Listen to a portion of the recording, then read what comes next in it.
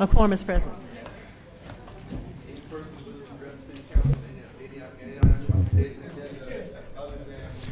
Consent item number 4. Is pulled? Yes. You pulled?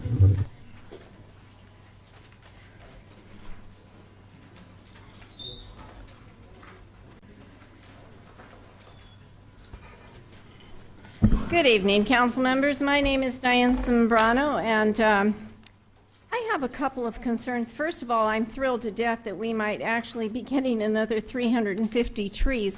I hope the public will notice that we have 7,000 missing. Whoa, 7,000 that as they came up as missing. And I was attending the park and recreation meetings, and I told y'all, and y'all didn't care. So now we're up to 7,000 gone trees. So I'm thrilled we might get 350. But you know what really amazed me? I went out during a time which I usually don't travel because of traffic, and there was no one else.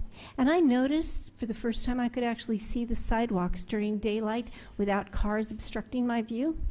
And I noticed a lot of our tree wells were filled in with cement on Manchester. How'd that happen? And then I went down over here in front of that new plug company, and I noticed they have a truckload of twigs. How is it that side of town has so many twigs replacing the old trees?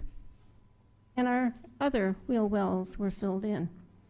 Well, you know I'm a tree lover, but you know what really caught my attention on this thing was CC1, even though you didn't manage to save the Morton Bay fig tree, which is my favorite tree. Anyone should go see it before they disallow all of us to see it. But CC1, you know, in most communities, people hear about the right of the public to know and about transparency in government. That opportunity for the public to be informed. Now, I thought about putting the bag over my head, which would actually please Mr. Agee. However, I've changed. I'm not going to do that. I'm going to tell you, in fact, what CC1 would do is actually do something like this to the people of this community. That we have a summary of the ordinances rather than having the opportunity to read all of the ordinances. Now, you see, it is the details that make the difference. Shall I tell everyone why we don't trust y'all? There's that 400% salary increase.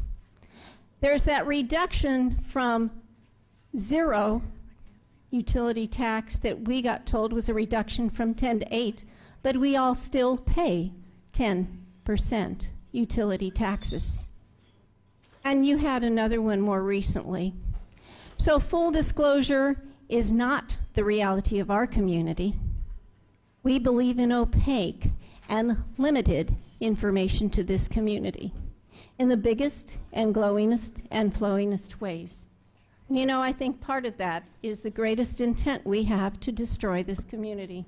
From the great community that it used to be, because right now we have what hospital? Not the world-class wonderful one we used to have. The Grand School District? Nope. How about JCPenney, Sears, Henshey's, Boston Store? Nope, they're gone. But we do have an empty bus line. And some folks tell me you're trying to sell the library as well.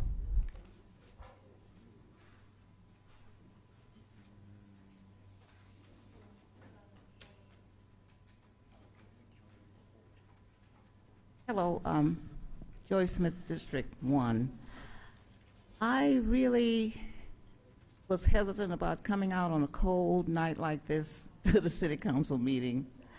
And the reason I came is because I am wondering why you want to change the city charter. I think as long as I have been coming to meetings, I don't recall seeing any proposals to change the charter of the City of Inglewood.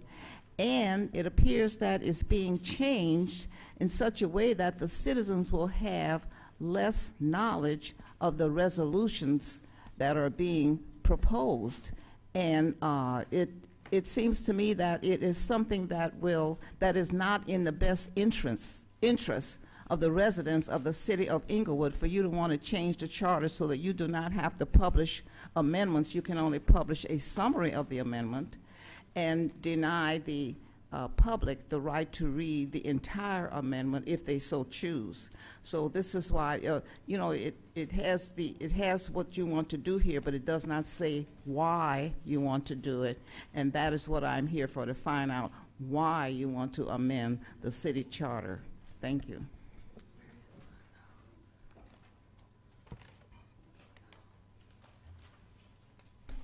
Good evening, City Council, Mayor, and staff. Aldine Sly, 1st District. I would like to parrot what the other two speakers spoke about. CC1, last meeting, you put restrictions on how many ordinances could be brought to the floor. And I know that you're targeting one city council person, maybe two. But I know particularly you're targeting my city councilman. He does bring ordinances to the floor. They're never considered by certain people on the dais. They're just voted no, down, out. He's the only one that is representing District 1 and his constituents. We appreciate him, and we are going to fight like to keep him on that dais. No matter how hard you try to get him off, how hard you try to quiet him, we're going to fight to keep him on that dais because he's the only one that I can see representing his constituents. The only one. So you limit the amount of ordinances that can be introduced. That's the people asking our representatives to bring our needs and wants forward to the city council.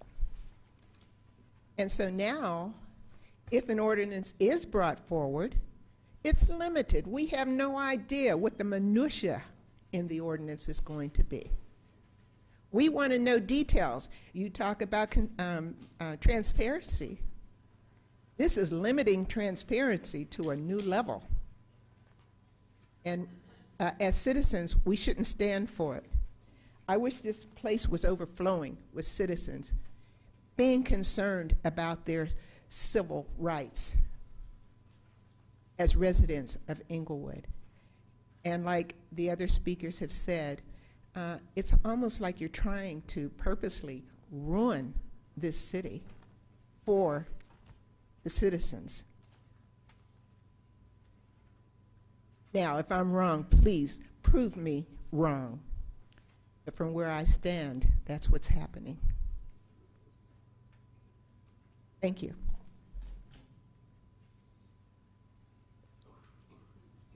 My name is Ethel Austin. I have a question on number 6, Park and Recreation. You said is this for a grant to plant some trees, Chairman? Is that what it's for? You want to pull a grant out, $150,000 to plant 350 trees? Where are these trees going? I thought the city was replacing our trees. Number 6. Could you elaborate on why we getting, what's going on? Who getting the money? Who giving us this money? I thought the space shuttle was providing all this. Huh? Where you gonna put those trees?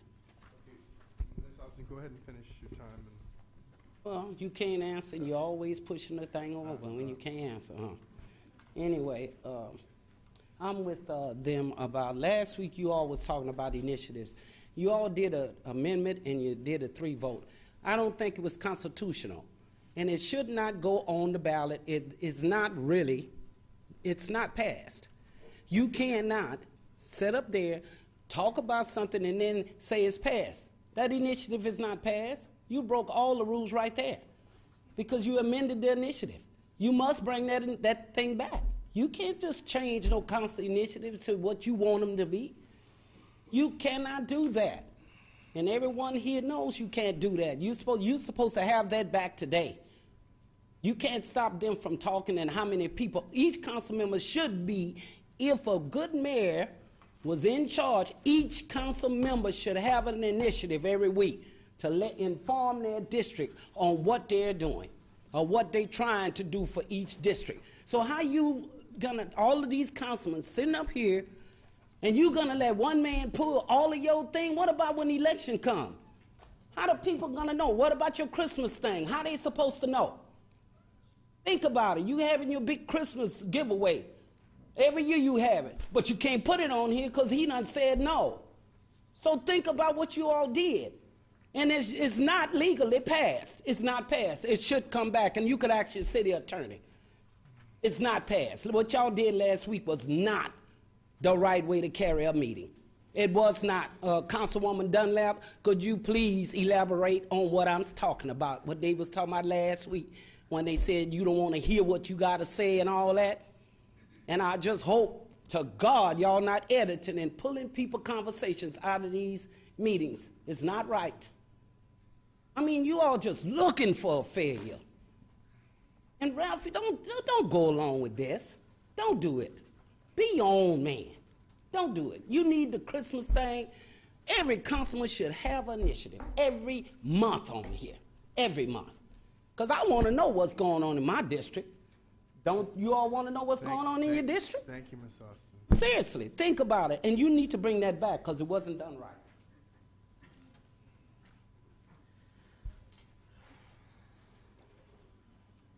Mayor, Councilman, City Manager, rest of y'all. Number 6, trees. I'm assuming that each councilman got a letter from me today. My block club do not lack those trees that's going down Manchester. It's in our district. Mr. Burt, this is not about those trees. This is. I'm not talking about the money. I'm talking about how the trees look. I know, but that's not on the agenda. At the end, you could talk about that, about just a general comment, but those trees are not on the agenda. Park and Rec, Number 6 is not those trees you're talking about. They're not. I want you to get some good ones them and put and replace them. All right, thank you.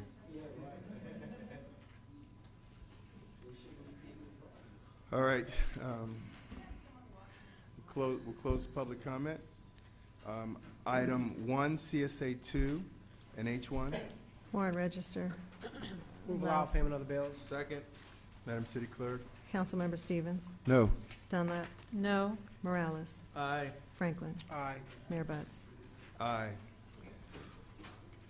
Madam Clerk, what's the next scheduled matter? The next scheduled matter is a hearing to consider an appeal to the Permits and License Committee denial of a business license for Hosiana Razapena, doing business as Cars Company, to operate a used car dealership at 10115 Hawthorne Boulevard.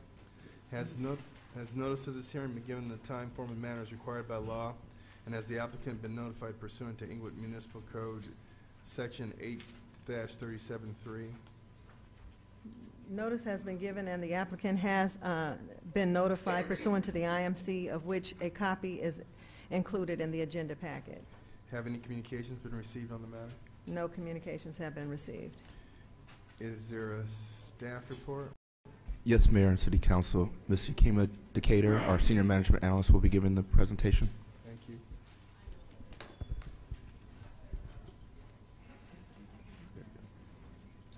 There you go.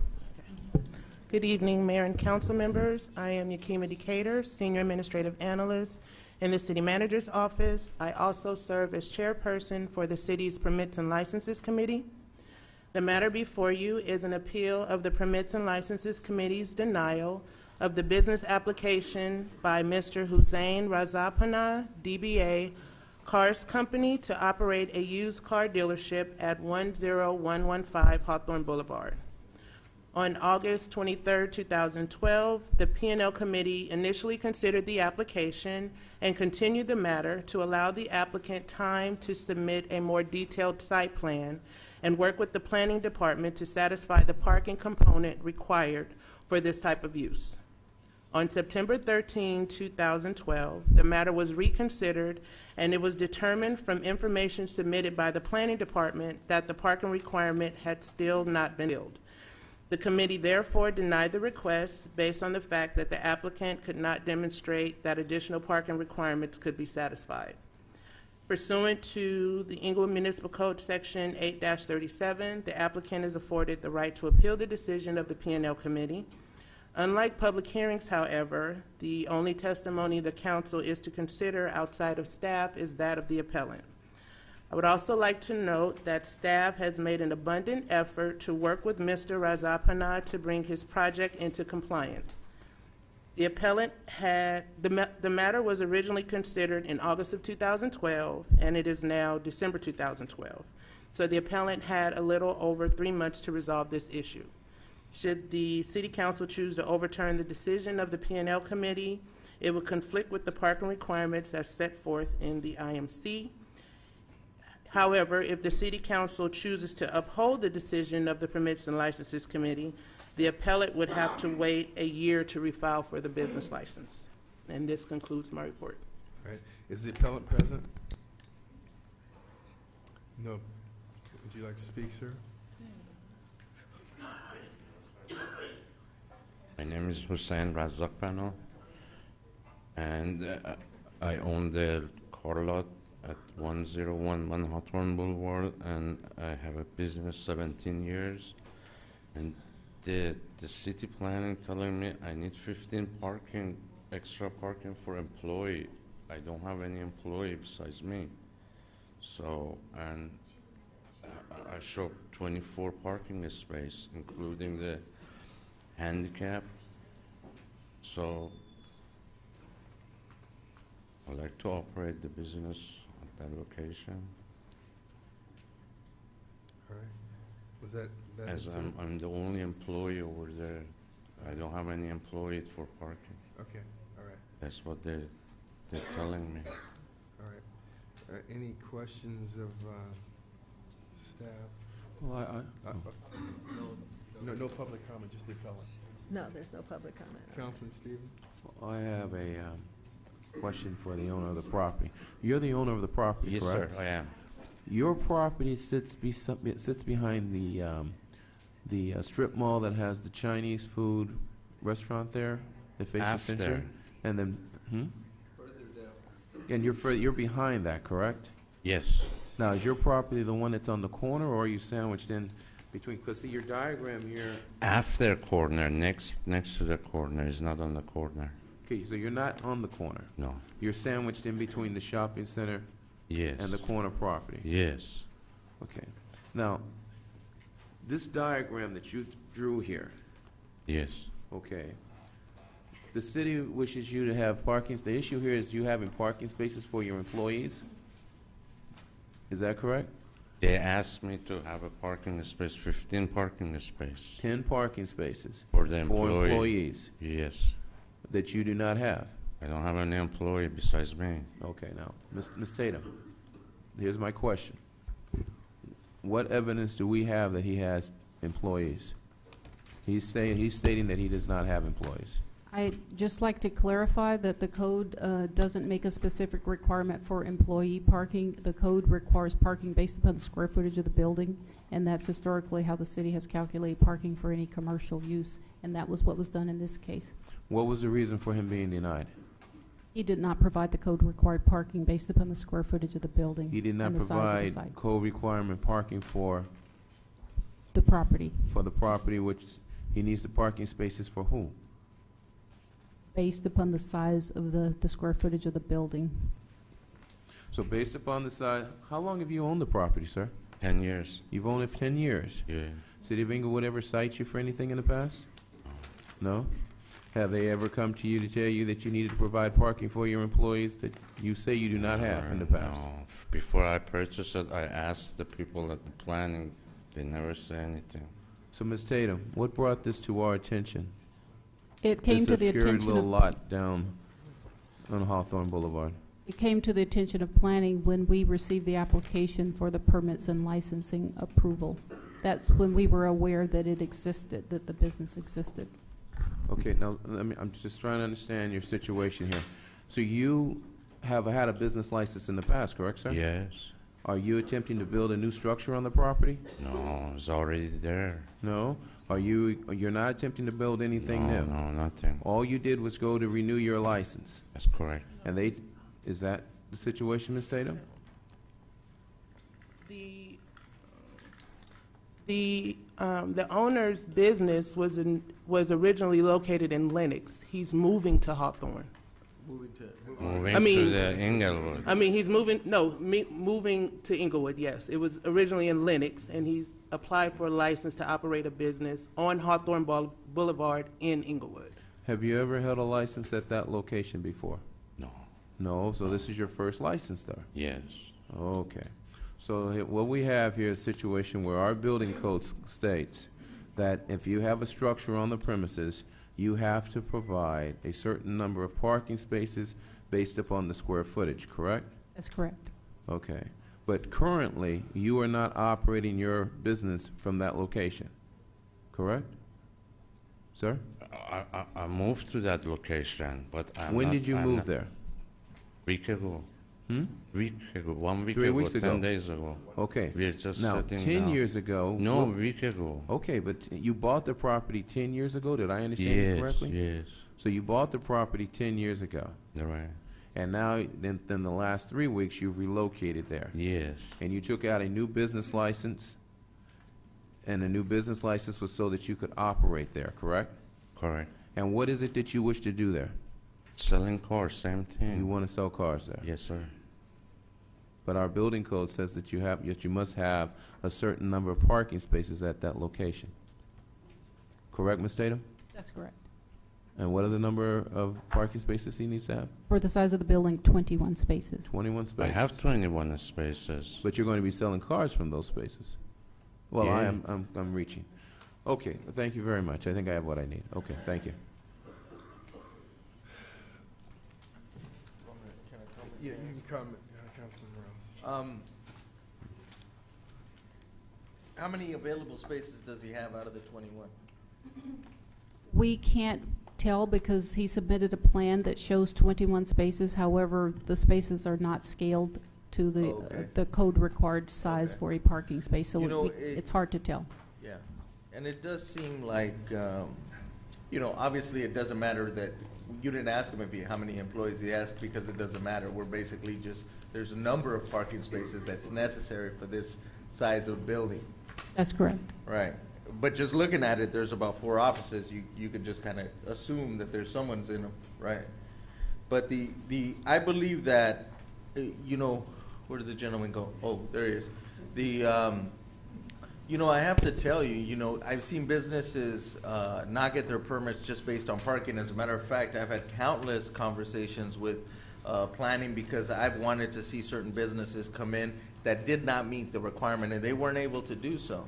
But what I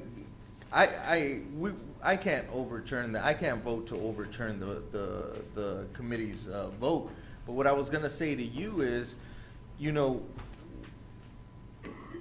I would say that you could still probably work on this plan if we were just to not take action on this, and it just stays overturned, and he could come back at some point when he resolves the issue. Because if we take action, he can't even come and try for a year. Not for a year. That is correct. I'm just trying to be reasonable. That is I'm correct. trying to say, look, you need to fulfill your parking requirement. We don't have to take action tonight. Or the action that the council can take would be to send it back to the Permits and License Committee so we can give the applicant, An additional amount of time. yes, but I would ask that the council provide us with that additional amount of time, so it won't be just open-ended. Well, 90 days. I mean, sir, would you like the opportunity to fulfill your requirement? Okay, well, but I want you to understand, it's going to go back to the permits and license, and you have to figure out where the parking is. That's it. Or we deny it. I mean, there's nothing. I'm just trying to be reasonable to the applicant. Say, hey, do you want to not wait another year? So that would be my motion to my colleagues here that we do put it back and give them 90 days. Other than that, I mean, we're going to vote to uphold the committee's denial, and you're not going to be able to do anything for a year. That's your motion, I'll second. So that's my motion, Councilman? I second it. I have a comment. Councilman Dunlap. Yes, if it's based on the square footage and this gentleman sells automobiles, what would be the requirements if he were, I see, obviously this was an office complex, based on the drawing that's before us, correct? It was an Yes. office complex? I mean, it says office, office, office, office. Those were the plans that he submitted for So the is that staff what's to on the review. site? The building is on the site, that's correct, in that Does square footage. Is it in that configuration, that Yes, L shape? that's Are correct. these individual spaces? Yes. Okay.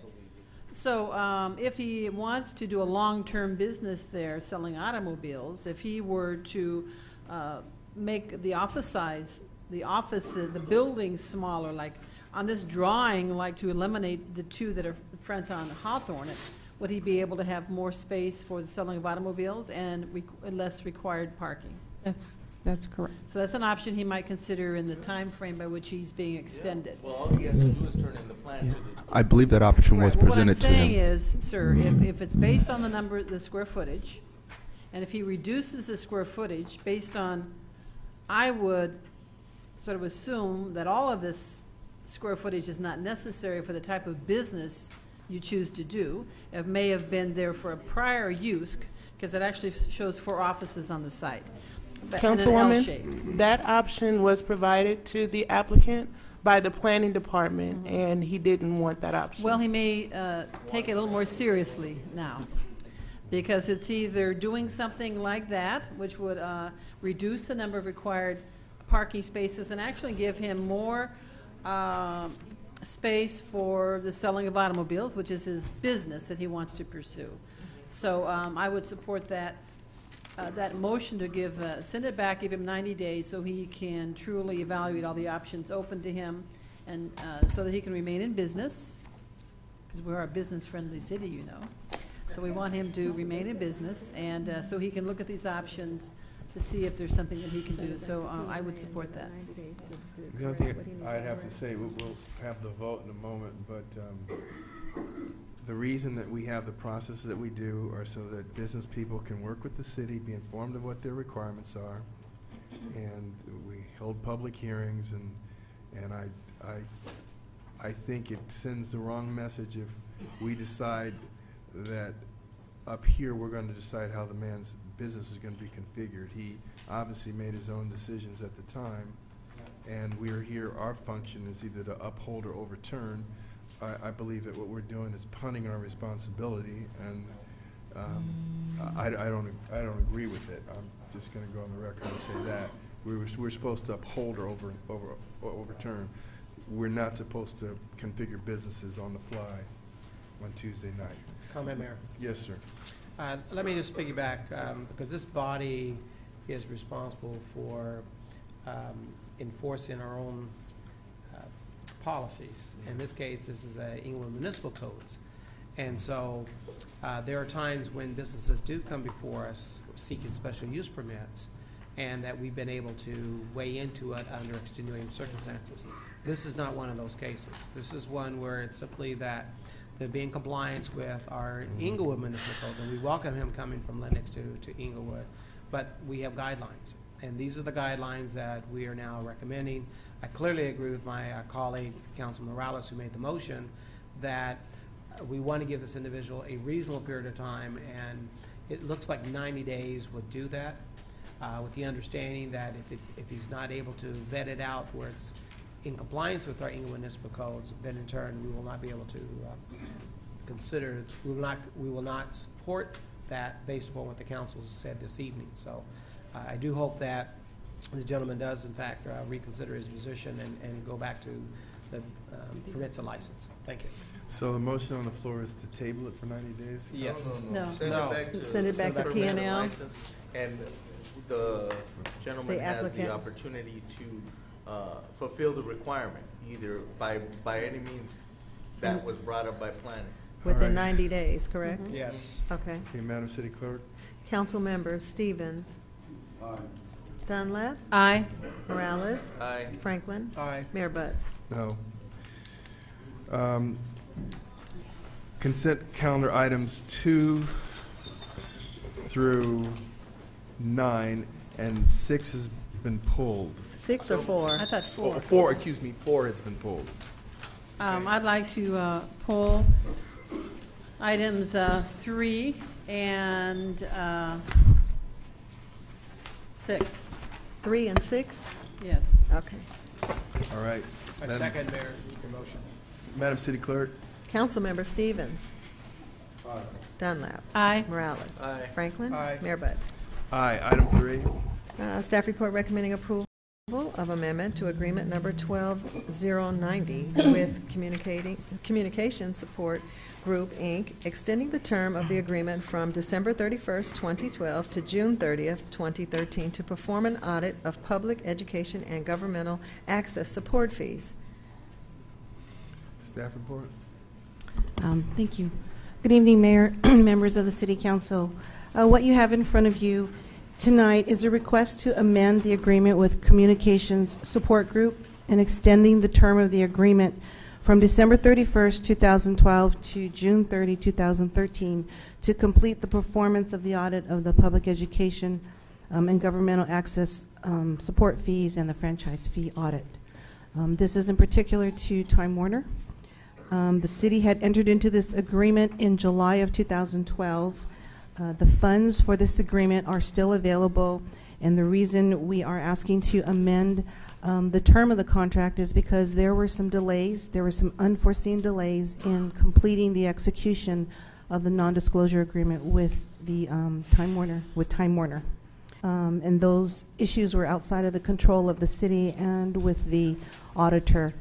But that has since been completed, the contract is executed, and they are actually in the process of performing their audit.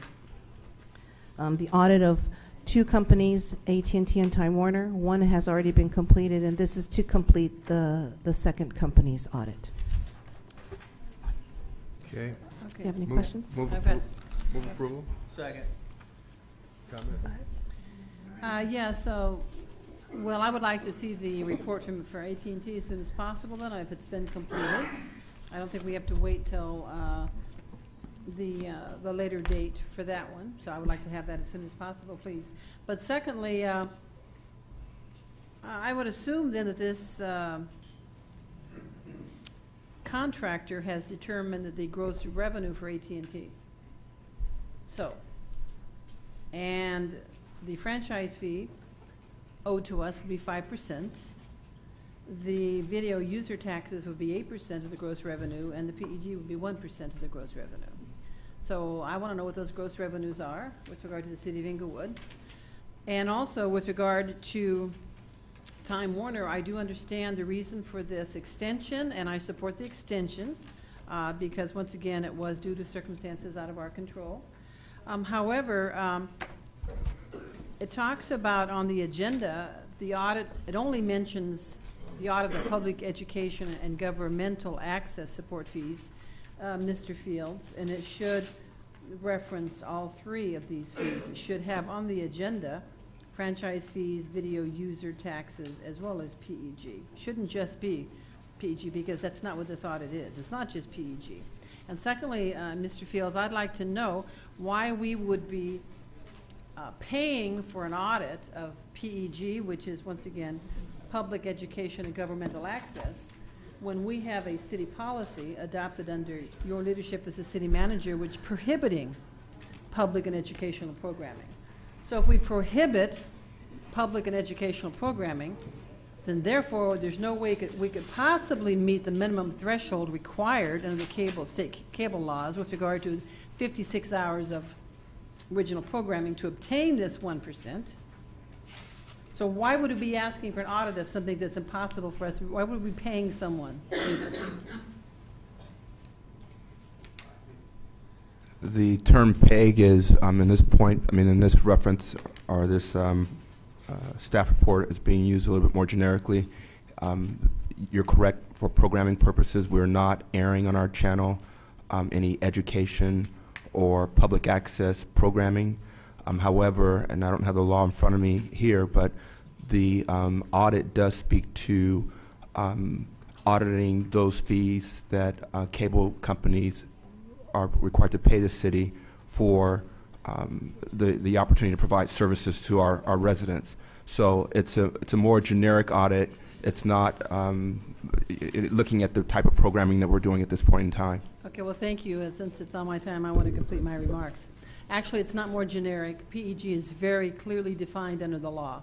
It's public, education, and governmental programming. It's very clearly defined under state law.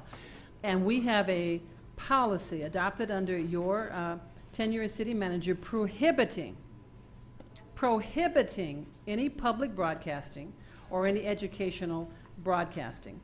So therefore, we are not eligible for the 1% which we would be authorized to receive if we indeed provided that type of programming to the community once we reach the threshold of 56 hours of original programming.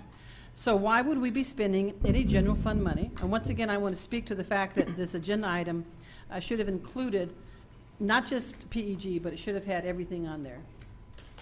Franchise fees and video user taxes.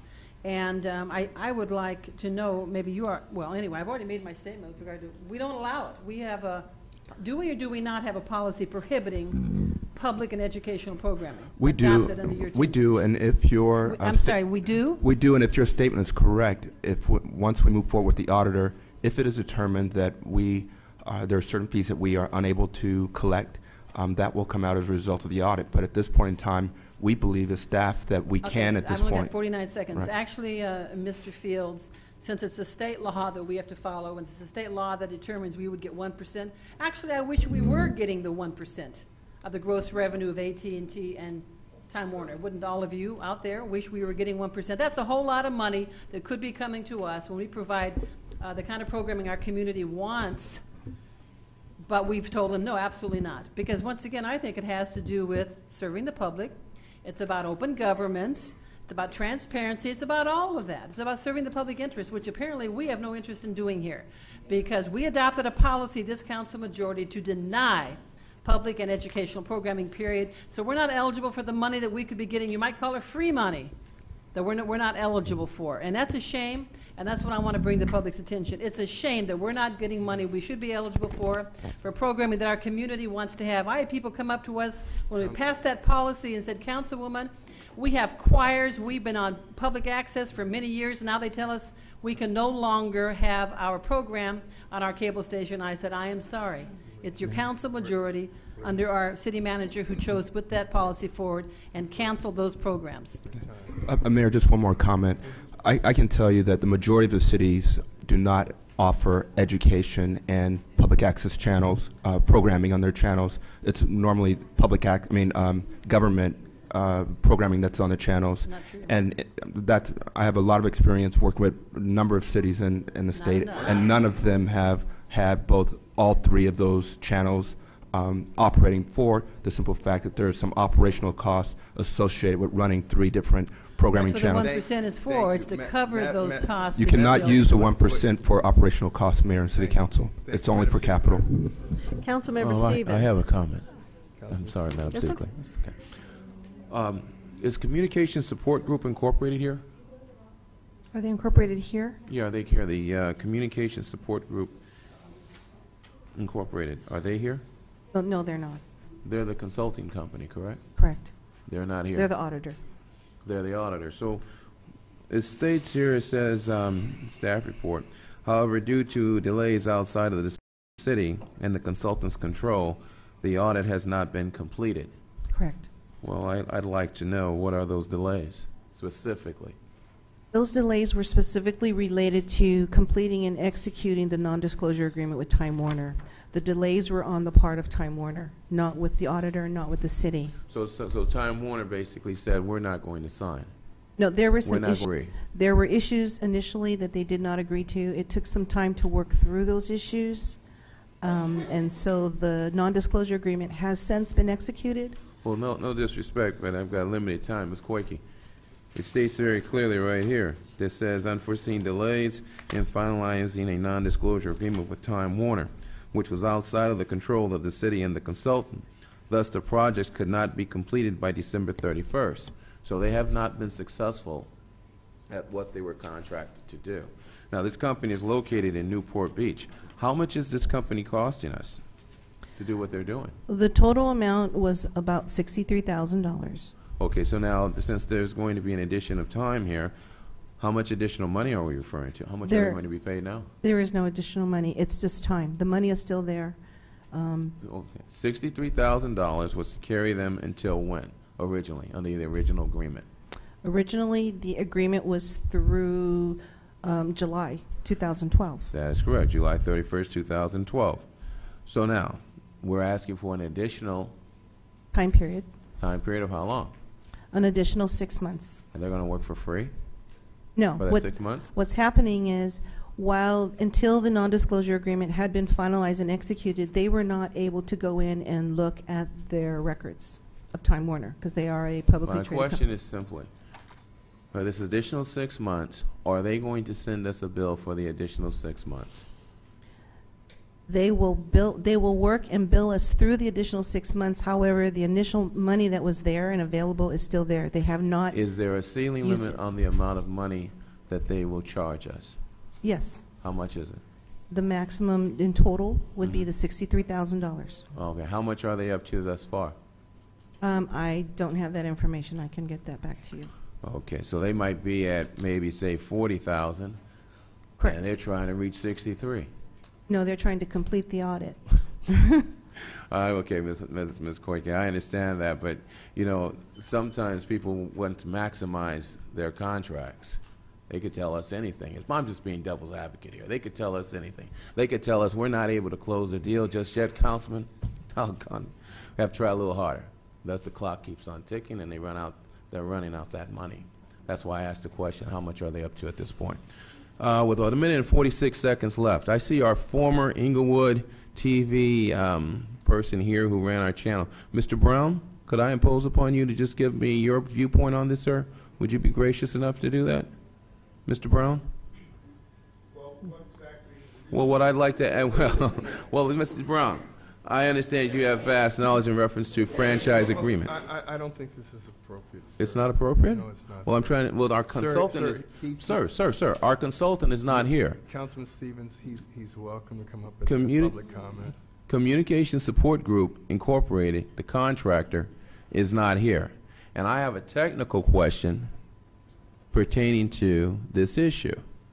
Now, if you wish to deny me access to information, No, I'm not denying you access. He's well, welcome to Mr. speak. Brown was formerly employed by the city of Inglewood and did an outstanding job. You could talk to him anytime you choose. He could come up with the public comment. Well, I but can't not vote right- anytime not I right choose, now, though. sir. Not Unfortunately, right I cannot vote anytime I choose. now. All right. Well, Councilman Stevens, you can finish your comments, sir. I tell you. Ms. Koike, Yes. let's see if you can perform the duties of it in 28 seconds since that little exchange there. The clock continued to run. I've got 23 seconds left. Can you just tell me just exactly how much do you estimate is owed to the city of Inglewood under the franchise agreement with Time Warner? How much is outstanding in fees? How much Outstanding in fees? Yes, how much do they owe the city I at this point? can't tell you that because I don't know the results of the audit yet. They haven't completed their work. Okay, so Mr. Fields, with zero time left, I just have to ask you this question, sir. We're maybe in a deficit in our general fund. No? We do not need to raise every dollar that we can? We do need to do that, but your question is whether or not we have a deficit. Right now, we have the council approved the balanced budget for this current fiscal year. Okay. All right. Okay, So we're at time, sir. Madam City Clerk. Council members Stevens, abstain. Dunlap, Aye. Morales, Aye. Franklin, Aye. Mayor Butts. Aye. I believe the second item was item 6. Yes.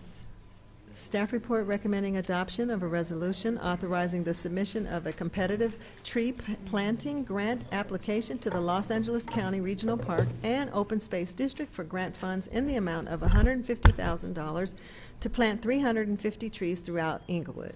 Move approval. Second. Mrs. Barnes.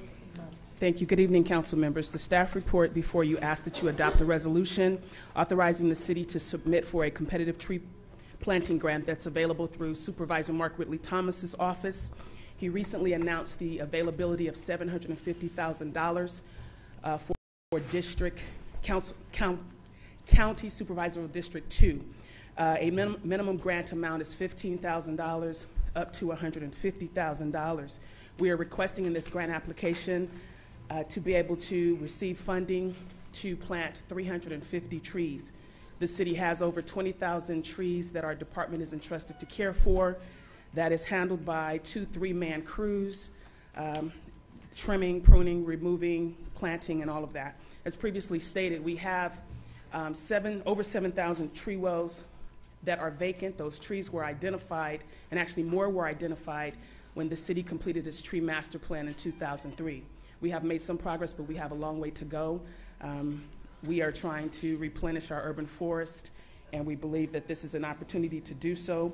We will be planting 24-gallon trees. Our master plan allows for a minimum of 15, but that's a really puny tree, so we're going to plant 24 gallons. A key component of this grant is that we have a youth employment component. We are currently in an MOU with the Los Angeles Conservation Corps, who are in the process of completing the planting of 300 trees.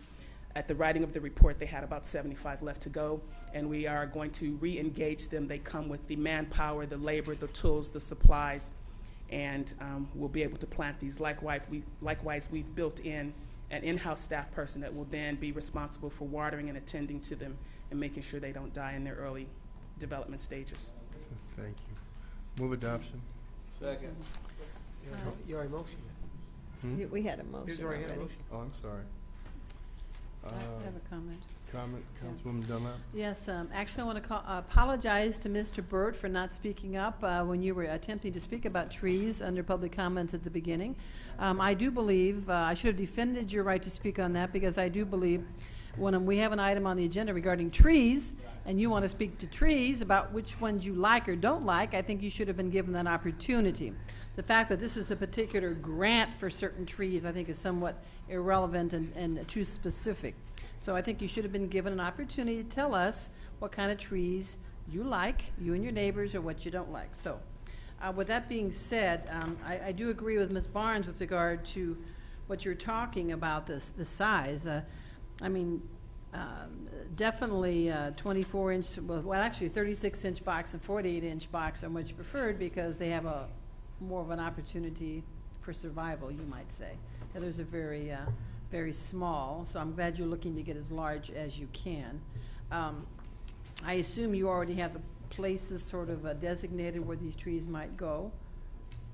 We've identified, our goal is to put an equal amount of trees in each district. We've identified vacant tree wells that are our priority sites. However, with this recent planning, we've been incurring several residents who will normally call and say, please don't plant the tree here. Because we have some flexibility with these 7,000 sites, we've been honoring those requests. But at some point, because when a tree is removed, it's the city's goal to put the tree back, they will go back. But because we have flexibility, we also, through some of our learning experience recently, are making sure that they put placards on the doors so that a resident at this point can say, I'd love a tree, or I'm not able to care for the tree because of my health, or whatever the case may be. Because ultimately, when we plant it, it does partly become the responsibility of the resident, because they are expected to water it, what have you. So if it dies, it's not in our best interest.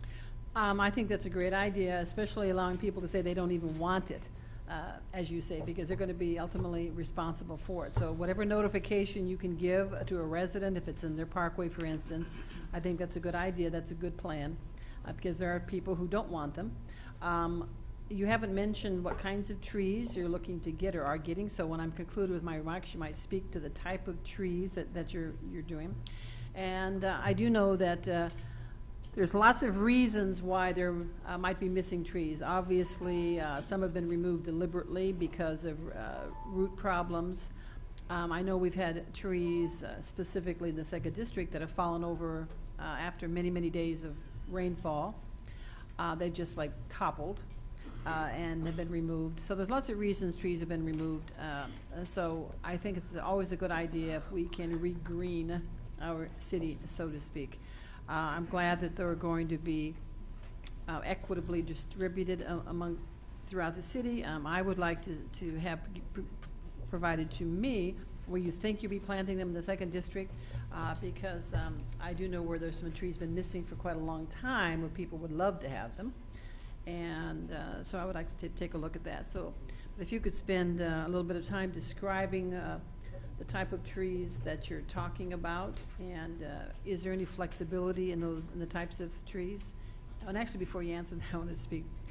I feel very fortunate that there's actually a very highly qualified arborist who lives actually in the second district, who has been working with the city, whether it's on kaboom builds and so forth, volunteering his expertise, his assistance in planting trees or helping the city in that regard as a good neighbor, as a community volunteer. So I do appreciate that. I want to applaud his efforts as well. But now if you could speak to the type of trees, I would appreciate it. And I think Mr. Burt would appreciate it as well.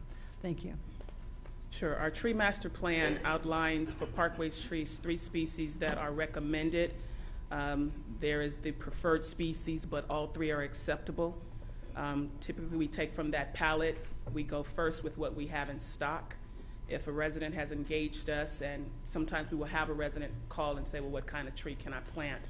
And then we will let them know what the options are. What are those 3 trees? It depends on where you are. The parkway size makes a difference. So it could be anything from a Chinese elm to a Brisbane box, a water gum. It really depends on the area. Where there's a small parkway, there's a specific set of trees that goes there. If it's a larger parkway, then there are other tree options that are available at that location. Maybe you could spend the last few seconds describing why we have no interest whatsoever in planting the sewer-ruining ficus. Well, while the ficus trees have been a signature tree for the city for quite a while, they are quite problematic with regards to our infrastructure, and they cost us more money. They are beautiful when they're trimmed, but they cost us more money than they're worth, and they are detrimental to the concrete. They overgrow the roots. The root structures are really large, and they're just and they invade the sewer systems of residents. They're an invasive tree. Yes. Thank you. Thank you very much. Okay. Ms. Barnes, I wanted to also talk about how many ficus trees did we remove just recently? 60 some odd. Okay.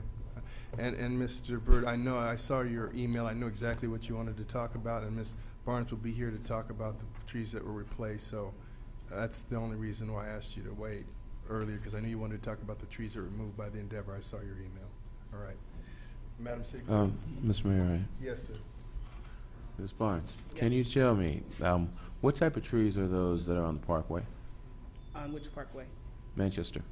In the median? In the median between Prairie and Crenshaw Drive. What type of trees did we plant there? Those are Or tulip were trees. planted there? Tulip. Those are tulip trees. Yes. Okay. We've had those trees in stock in the past, haven't we? But we have them right now over at Sentinel Park, don't we? We have those trees in our city inventory within the city. Yes. Okay. Are tulip trees are those the types of trees that you are proposing to purchase with this money? Potentially. I could not tell you that until I knew what the location was to see what the recommended species was. Okay. So now your map that you have, your tree well map, you have that already established, right? That's already been prepared, correct? Right. We've identified the sites, and I believe our grant is not yet due, but I believe they should be complete. We are working with Public Works to identify we have those 7,000 sites on the tree well map, correct? Correct. Okay, now we've planted a tree at the corner of 7th Avenue and 90th Street, which is of the same species as the trees on Manchester Boulevard. And if you go there right now, you'll find that that tree has a huge amount of leaves that have dropped off of it. Large amount. Problem with the trees, with those types of trees, the same type of trees that we have on Manchester Boulevard, and that they're high maintenance. Now, those trees on Manchester Boulevard, you understand they have nothing to do with this, but they're the same species. And if you go to that corner resident's house, she now has to rake up those leaves. Now, from what I've been able to ascertain is that tree becomes bare right about the month of January. So that tree is not going to have any leaves on it. None. And the trees that are in the middle divider, where the space shuttle traveled on Manchester between Crenshaw Drive and Prairie, they're going to become bare as they already are now, becoming more so. So I would like to make a suggestion to my council members that we modify this to request that we actually purchase evergreen trees. And evergreen trees are trees that do not shed their leaves, and they stay green continuously throughout the year. And there are those species that are not invasive into sewer lines. Now, there's another question that I have for you. With these 7,000 locations, Ms. Barnes, and some of the trees have been missing, and some of the trees we're going to cut down these old ficuses and remove them and put these new trees in place of them, correct?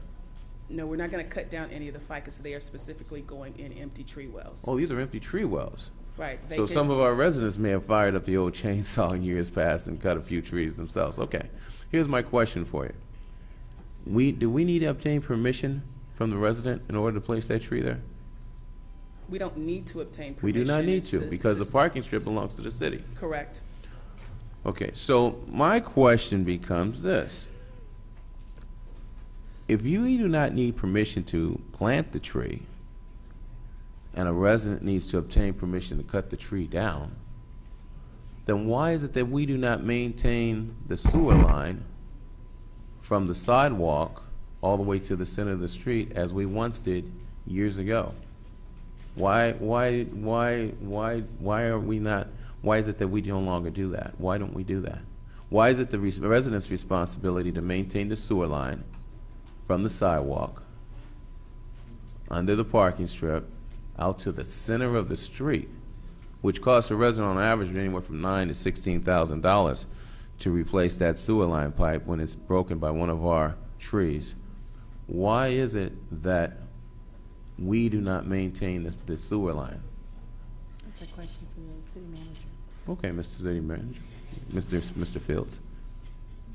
Mayor and City Council, to your first question, we have not changed the policy. I've talked to my public works staff and with Sabrina, and we've determined that there has not been a change in the policy in terms of how we deal with sewer lines. I would like to. Let me just hold on. Just ask that question. When you say we have not changed the policy, you're referring since you've come on board. No, correct? even before I came on board, the policy that they've been going by from the people that are here, they've said that since they've been here, a number of them have been there for a while, have said that to their knowledge, it's always been. We're currently operating under the same policy.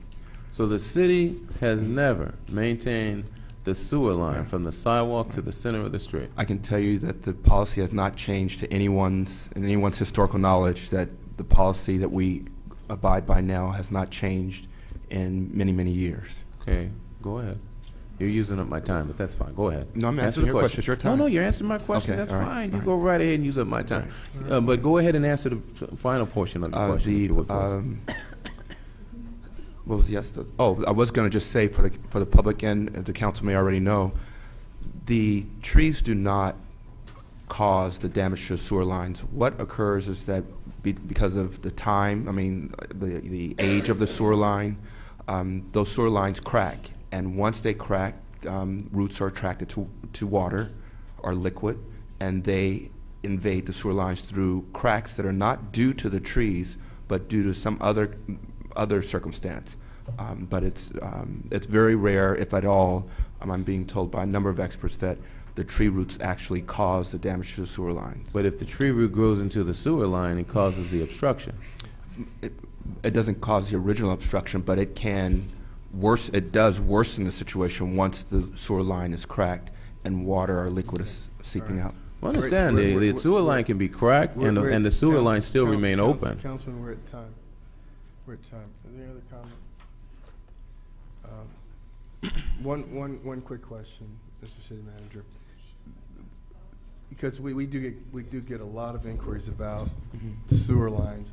And so for the public, because I've talked to a lot of people, the reality is that until the line is breached, until it breaches it due to age and decay, the tree root can't get into it. Correct. But once that happens, tree root will seek the water and it will obstruct the pipe. Right. And so it would be a policy decision of the council, actually, if we were going to take on that responsibility that apparently historically we never have. Correct. And then we should, if we are going to do that, then we need to put a budget with it so that we would have an idea of what this would cost the city, and then we could make an intelligent decision as to something that we should modify, because I empathize with the residents.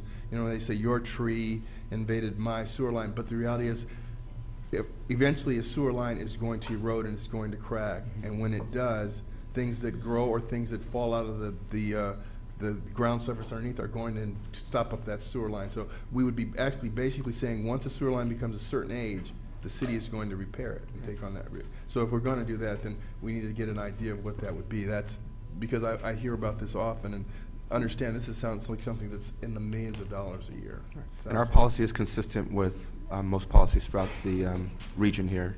Okay. All right. Madam. Point of order, if I could. Since, Point of order. My point is this, is that since we've made a motion, and the motion was made immediately to approve this, does that mean that we are not now able to modify this document so that we could include in it that we wish to have we wish to be tree specific with it, preferably trees that do not shed their leaves in the winter? Well, we'd Can have. we modify this now? We'd have. Mr. Franklin has moved and. It would have to be withdrawn. We'll vote. You didn't move? No, it's secondary. Okay. So the motion would have to have been withdrawn. So we'll vote on the original motion, and if it doesn't pass, then you could modify it. So we're going to vote on the motion that we should approve this as it is, correct? Yes. Madam City Clerk. Councilmember Stevens. No. Dunlap.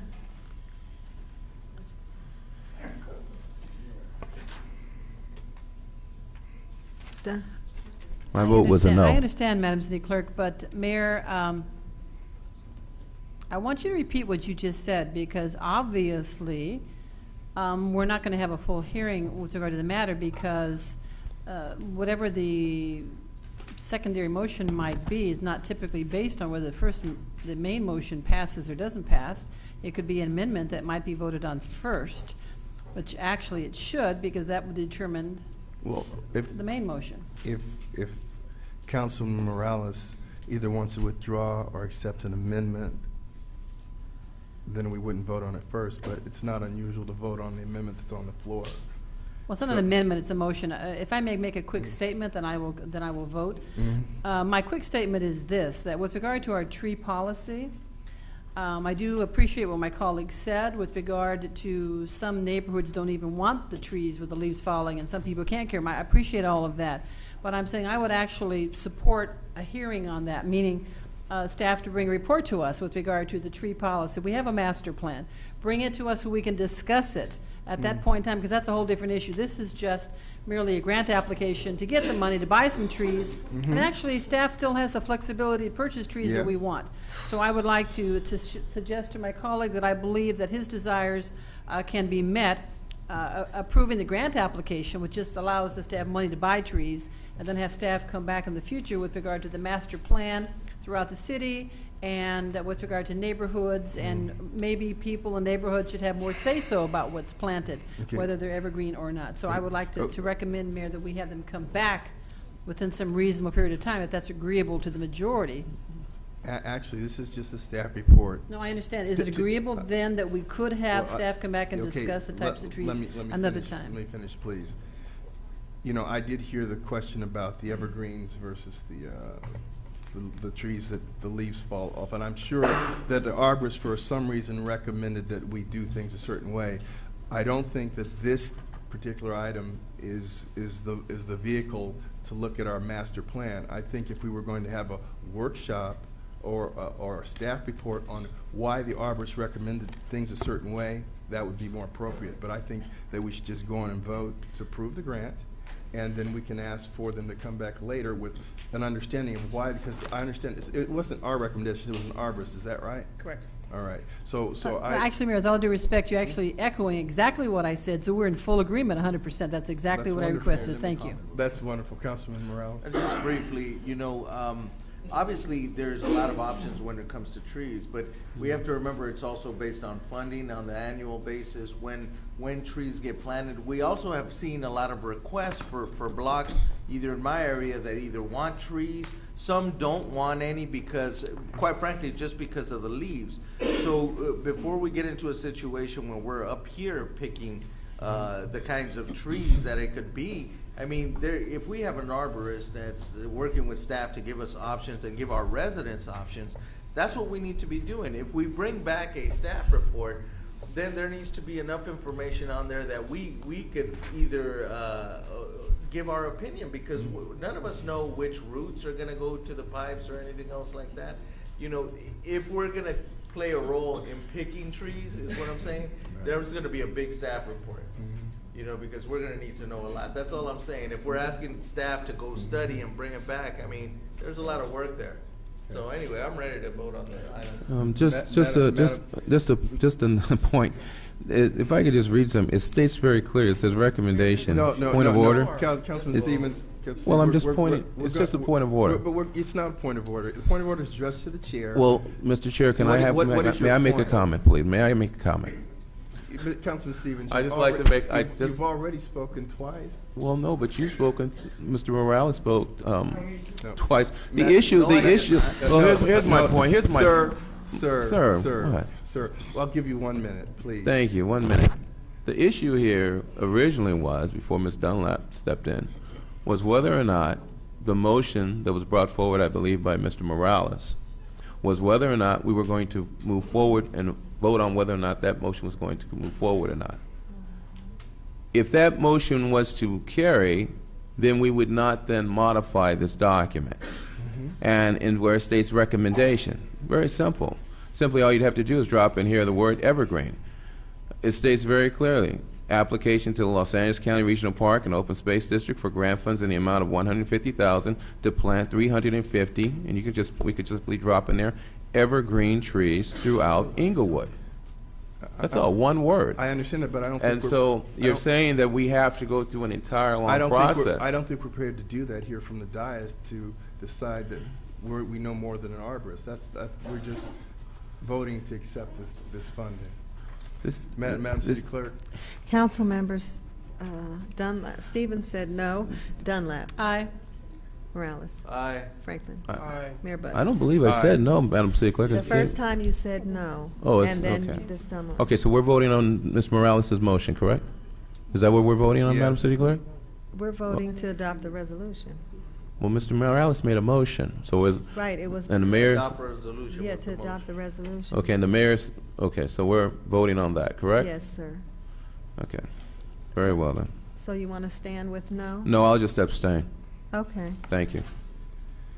Okay, DR1. Is a draft for the fiscal year 2011 and 12 consolidated annual performance evaluation report. Receive and file. CM1. Oh, staff report. No.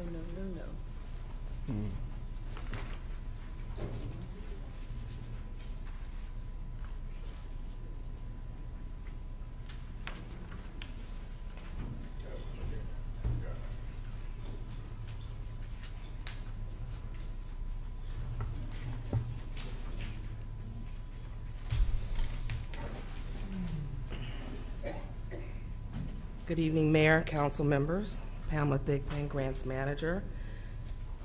This item is to request that the council receive and file the draft consolidated annual performance evaluation report prior to the scheduled public hearing. This CAPER, also known as the CAPER, the acronym.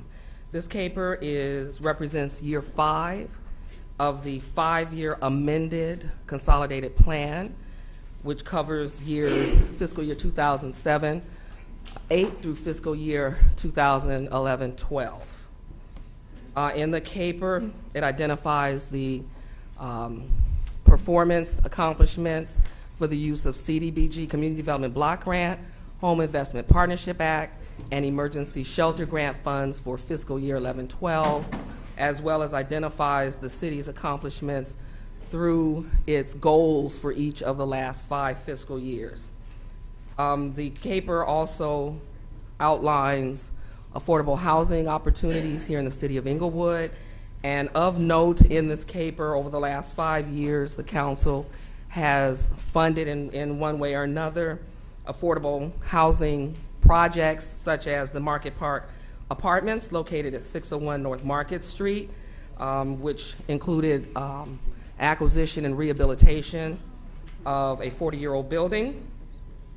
The Eric Apartments, which is a 4-unit affordable housing project for developmentally disabled adults, for which the council just approved a Phase 2 CHOTO agreement last Tuesday. The Regent Square Apartments, which included both former redevelopment agency funds as well as home funds, for the construction of 145 units of affordable housing located at 527 West Regent Street, which is scheduled for completion sometime in 2013. And additionally, the not using CDBG funds, but using neighborhood stabilization grant funds, which originally are from HUD, that the city received through the State Department of Housing and Community Development, to purchase 4 homes that were recently rehabilitated and are being made available for sale, for which the council will be holding a lottery for the purchase of those 4 homes in the next couple of weeks. That concludes my report. We're asking the council to receive and file this document as a draft in preparation for the public hearing.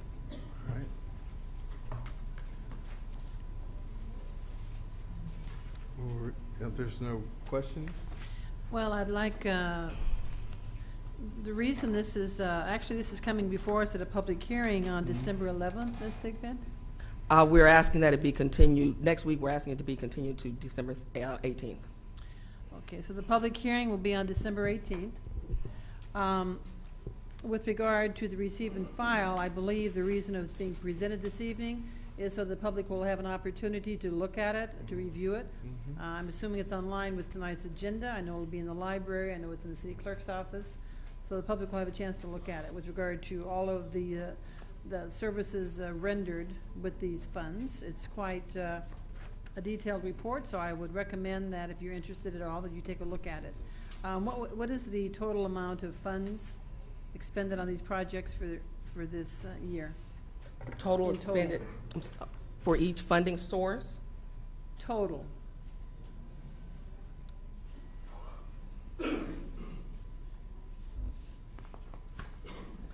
The federal resources that were available during this past fiscal year total $15,581,982. All right, so it's $15 million of money that came into the city that was expended for different types of programs, whether it's housing, services, code enforcement, quality of life, and so forth. $15 million is a whole lot of money, a whole lot of tax dollars that came into the city. So I would like to suggest that you take an opportunity to go on the city's website under tonight's agenda item where you should be able to find it, as well as the library, or I would like to also suggest, Mr. Fields, that in addition to the CAPER, Consolidated Annual Performance Evaluation Report being included in the staff report, I'm hoping it's listed separately on our website as well, so people can find it immediately if that's what they go to look for, without having to look for tonight's agenda. Once again, $15 million in services and programs and so forth, all quality of life issues, and the majority of this money is allocated to us from the federal government due to the number of underserved residents of our community that are lower income qualified, and that's why we receive this money. Thank you. Thank you. Comment? Councilman Stevens. Thank you. Ms. Thigpen, good evening. Good evening. Ms. Thigpen, I have a couple of questions for you, just a few. On page 23, it states that we have a remaining balance of $35,951.94. It states the Property Maintenance Division, this is on page 23, it states, the Property Maintenance Division was allocated $227,815 in Community Development Block Grant funds for code enforcement activities in Community Development Block Grant eligible areas and expended $191,863.06. Goes on to state the remaining balance of $35,951.94 is anticipated to be reprogrammed for future CDBG eligible activities. What will that money be reprogrammed for? Do you have any idea at this point?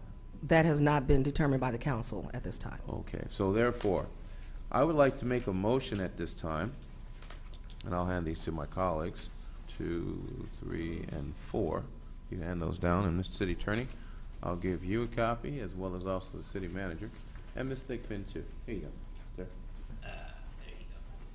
And what I'd like to do is, colleagues, make a motion, since this is a draft, and a draft is designed to be modified. Correct, Ms. Thigpen? That's the purpose of this, right? It's a draft, right? This is Correct? a draft.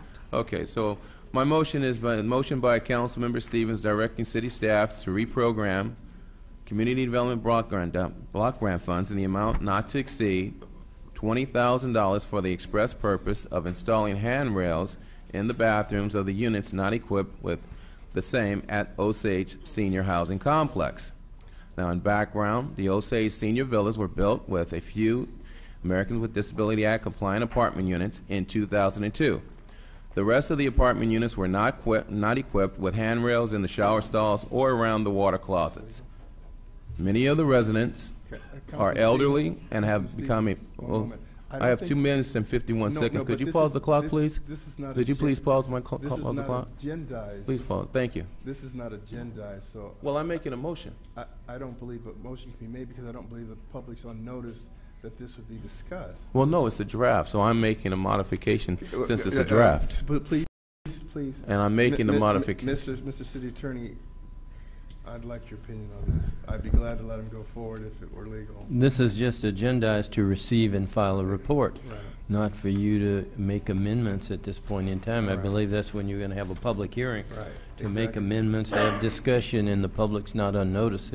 You want to make amendments and That would alter be the this time, document. Councilman Stevens. Mr. City Attorney, this states very clearly it's a draft, consolidated annual performance evaluation report. A draft. Right, Mr. Stevens, on the Councilman Elizabeth Brown, Stevens, if you don't mind. Councilman Stevens, I'm Thank you, sorry. sir. This is here merely to receive and file the document, not to amend the document. So we could not make, my colleagues and I, we could not make any modifications to this document? Not at this point in time. That's why you're going to have a hearing on this document. And the document is, I think Councilwoman Dunlap correctly stated, is for the public to be able to read the document in anticipation of the hearing. So just for clarity, I just want to make sure I'm understanding correctly. We as a body, my 4 or 5 colleagues, all of us here, my 4 colleagues on my left here, we cannot give direction to staff on any issue pertaining to any item that comes before us, and if it's a public hearing that is to take place, we cannot have any input in reference to a staff report prior to the public hearing. Staff is just somehow floating out here quasi on their own. We cannot give them any direction or anything of what we wish to see in a document that they are preparing. The document is not on the agenda for discussion. It's only on the agenda to receive and file the document. If it was on the agenda in another format for a different purpose, you could. But it's Okay. not here for that. It's here just to receive and file the document. Okay. Okay, then. Okay. So, We're- very well, we're- sir. we're- Thank you. We're at time. Madam City Clerk? Oh, no, it's just It's a receive receive and and file. file. Okay, CM1. Yes, Mayor, City Council. My comments tonight are that I believe that a number of residents may have received a report from Consolidated indicating that plastics were not allowed to be placed in the blue bins, recycle bins. That was an error, and Republic will be sending out a retraction stating that they will be accepting plastics inside the recycle bins. All right, thank you. Question. For Councilman Franklin, then Councilman Just Dunlap. for clarification, it was specifically said plastic bags. Right. There's plastic bags was Right. an issue Right. because there's concerns that the way that the residents have thoroughly been educated on the recycling process, that it's the plastic bags are not to be placed in the green barrels, which is That's for correct. the recyclable for the green waste. Right. And so they don't want to mix that up. But then when it came to the blue bins, it was for plastic bags. However, we don't want plastic bags with kitchen waste in that blue bag. They would blue bin. They would go into the black bin or black cart. Correct. That's it. That's all. Thank you. Okay, Councilman Dunlap. Yes, I actually have a question, Mr. Fields. Some time back, the mayor referenced an investigative report that apparently was done through your office of a former city manager who was actually convicted of a felony for actions in another state, but then served as our city manager. And he referenced an investigative report that we did here, but I've never seen that report. So would you please make sure that all members of the body see that? I'm not quite sure what you're referring to. I have not directed a investigative report. No, so. One was done. It was requested by this body to make sure, with regard to the confidence of the public, because this individual served here, and to maintain the confidence of the public, it was requested actually by the chair that there be some investigation to make sure that all funds were expended properly and so forth during that individual's. Actually, what I require, that I said, you're talking about what I said that we would check any credit card expenditures. I believe that is what was requested. Right. If you're talking about what I said. May I continue? Yes. Thank you. But I know what I said. Well, the point is, apparently it's all right for you to interrupt people, but no one else can interrupt people. Go ahead. Well, the point was, whatever those expenditures might have been, and whatever that request, it was done at a council meeting, and then it was reported back to the public that the investigation had been completed and there was no wrongdoing. I've never seen any results of that investigation. That's all I'm asking for. Okay. I would like to see whatever was completed, that the mayor apparently saw to say that the investigation had taken place and there was no wrongdoing. I would just like to see that. That's all. I'm assuming somebody has it. Someone did it. So thank you very much. That's all it is. Thank you. Okay. And to be clear, I never saw a report. I asked that we check into credit card expenditures that were done by that individual, and that was it. But I saw no report. Just to be clear. A1. Good evening, Mr. Mayor, members of the council. There was a closed session held as to CS1, closed session confidential conference with labor negotiators under Government Code Section 54957, subsection 6, subsection A, Employee Organization for Service Employees International Union, Inglewood Management Employees Organization, Inglewood Executive Organization, Inglewood Police Officers Association, Inglewood Police Management Association, Inglewood Police Civilian Management Association. Negotiator for the city was Artie Field, city manager, and Jack Hoffman, chief negotiator, human resources, and labor consultant. Discussions were held, however, no final action was taken this evening. There was a closed session held as to CS2, closed session confidential attorney-client privilege, pending litigation under Government Code Section 54956.9, subsection A, City of Inglewood versus Inglewood Unified School District. Request a motion to authorize a settlement in this matter. How much is the settlement? Did you say a price? I'm sorry, I didn't No, hear you. Okay. motion to authorize the settlement. Settlement, thank you. And I made the motion. Madam City Clerk. And the second? Morales. Thank you. Councilmember Stevens. Aye. Dunlap. Aye. Morales. Aye. Franklin. Aye. Mayor Butts. Aye. There was a closed session held as to CS3, closed session confidential attorney-client privilege, pending litigation under Government Code Section 54956.9, subsection A, IPCMA and IMEO versus City of Inglewood. Discussions were held, however, no final action was taken. There was a closed session held as to CS4, closed session confidential attorney-client privilege, pending litigation under Government Code Section 54956.9, subsection A, workers' compensation claim of Janice Ashford. Request a motion to authorize settlement in this matter. So moved. Second. Madam City Clerk. Councilmember Stevens. Aye. Dunlap. Aye. Morales. Aye. Franklin. Aye. Mayor Butts. Aye.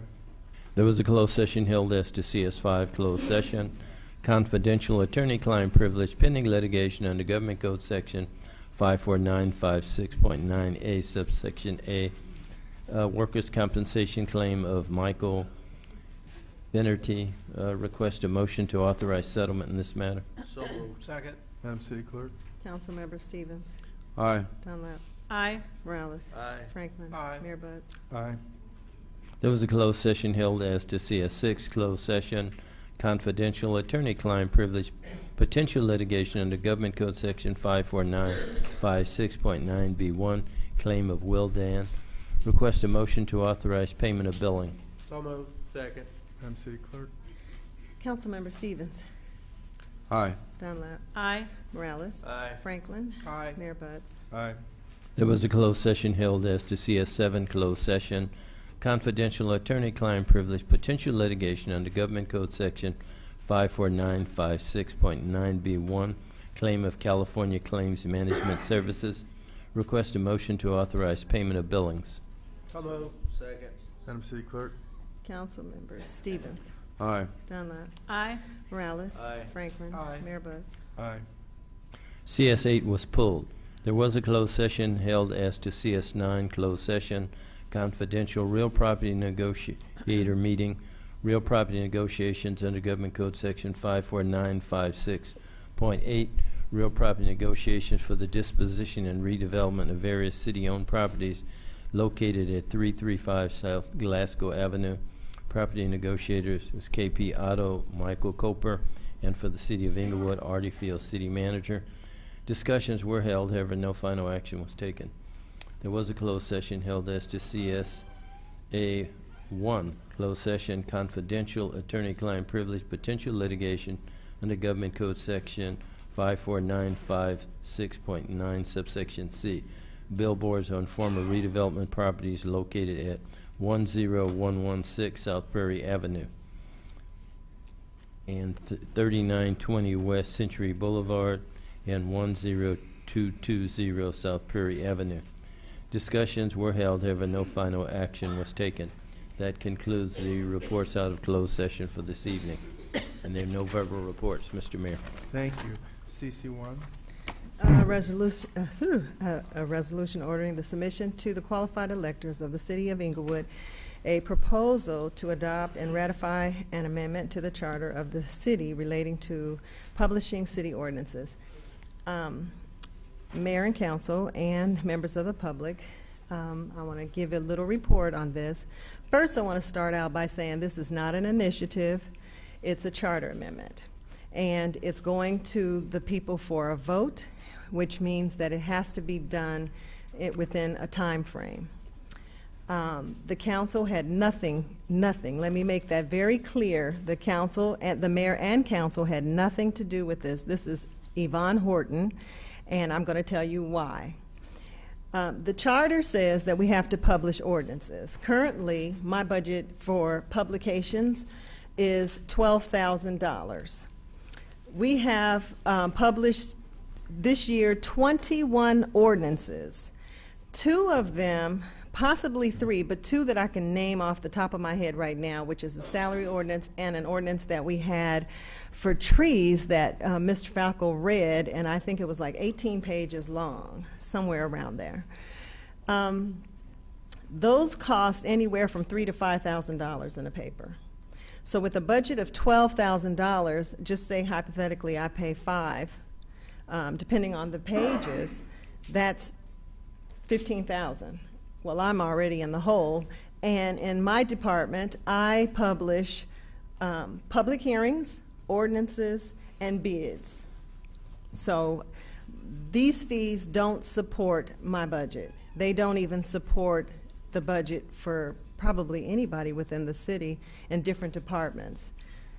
So what I'm asking is that we take it to the people for a vote. Not the city council is not going to vote on it. They're not going to say they're trying to, I don't want people to think that they're trying to not have transparency. That's not the issue. This is a financial issue, and strictly that, and I want it to be clear.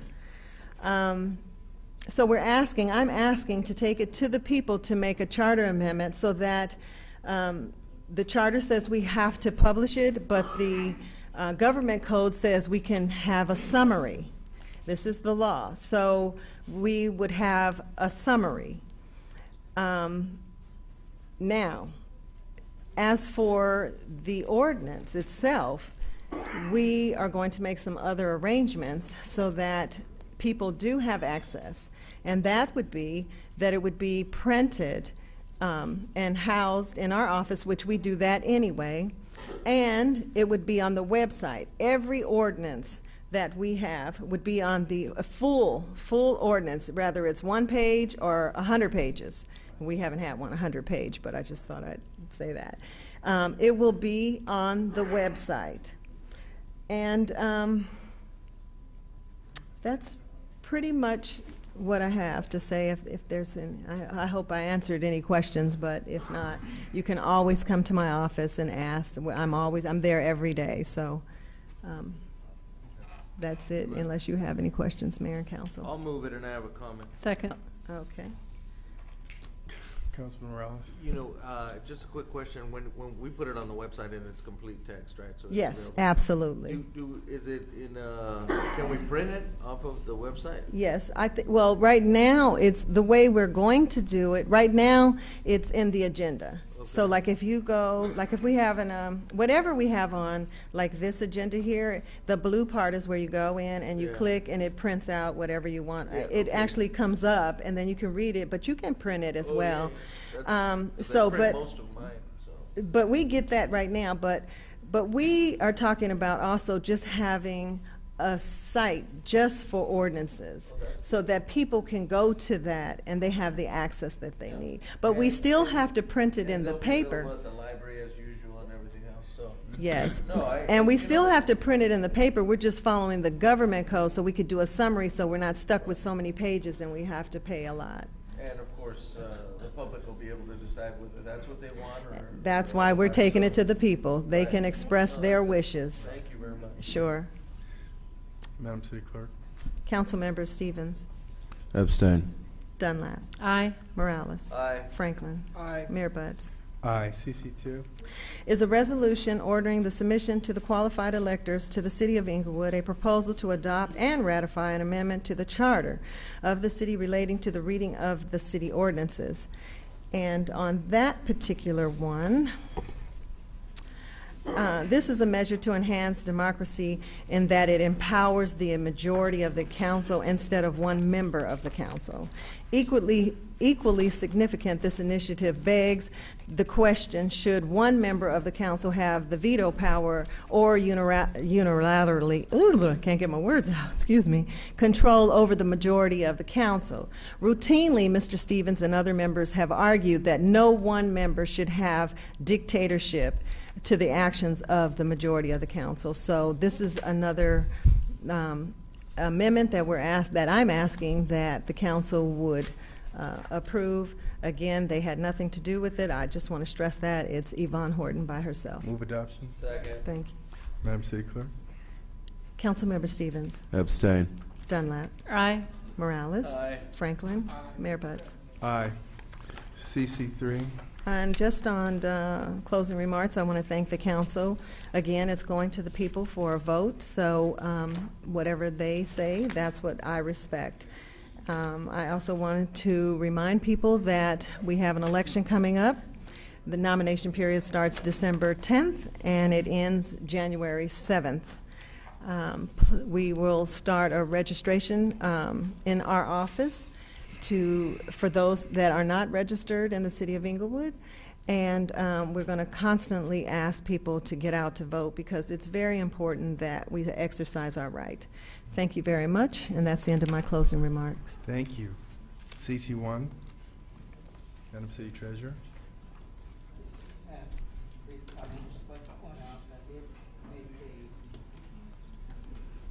A one bond purchase, actually two bond purchases, and was a Fannie Mae and a federal fund credit at 0.87%, and the fund credit was at 0.90. It was a 5-year non-call for 1 year, meaning that the issuer cannot redeem the bond for at least 1 year, and thereafter is called quarterly.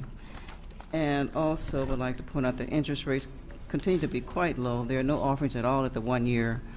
At the 1 year agencies, and at the 2 years, the offering starts at like 0.32, and at the 3-year, it's worth about 0.56, and the highest at 4 years is 0.75, and 5-year is less than 1%, it's 0.90. So those are the offerings that's been offered for GSEs, government-sponsored enterprises. And also, I would like to point out that the bills that was paid for the month of October was 12.7, and the net payroll was 2.5, and the total for the month was 15.2. For November, 11.7 was the bills paid, and the net payroll 2.6, and the total for the month is 14.3. And I would also like to point out that the City Treasurer's intern program did end, and I have about 7 students that will be presented, appear at the council next week for their accommodation. And all of them, I'd like to point out, earned at least 85% on the final exam. So, and the students' ages range from about age 10 to about 17. So I did have roughly about 14 that actually enrolled in the program, but about 7 did actually complete the program. Some of the other things came up and they were not able to complete the program. And also would like to say a special thank you to Congresswoman Maxine Waters, who did call me regarding turkey and food that she was offering through the Thanksgiving season. And I did contact Sabrina Barnes, and I think she was able to take advantage of that. So it's a special thanks to the Congresswoman for that food that was very much needed. And also would like to point out, that I normally also offer free income tax preparation for those residents, limited tax preparation for those who cannot afford to, prepare their tax returns. So just simply call my office at 310-412-5642, and I'd be more than happy to take care of that for you. Again, it's a limited number of returns that I am able to prepare. And also a special thank you also for Chairman Jerome Horton, who contacted my office and invited me to partner with him with the California State Board of Equalization, seat number 4, and the Franchise Tax Board in presenting 2013 free income tax preparation and family services initiative as part of the volunteer tax program, which is the VITA program. And I have again participated in free income tax preparation for a number of years. And also he pointed out that this initiative has captured more than $3.7 million in federal tax credits in helping thousands of individuals file their tax returns. And also I'd like to point out that, for those who earn less than $51,000, they may be eligible to also receive the maximum of $5,891 in earned income tax credits. And this is something that really goes unclaimed by more than 370 million folks every single year. So again, if you earn less than $51,000, you may qualify for this $5,871 tax credit. So again, residents who are not able to, to prepare their pay for their tax return, feel free to contact my office. I'd be more than happy to assist you. Again, the number is 310-412-5642.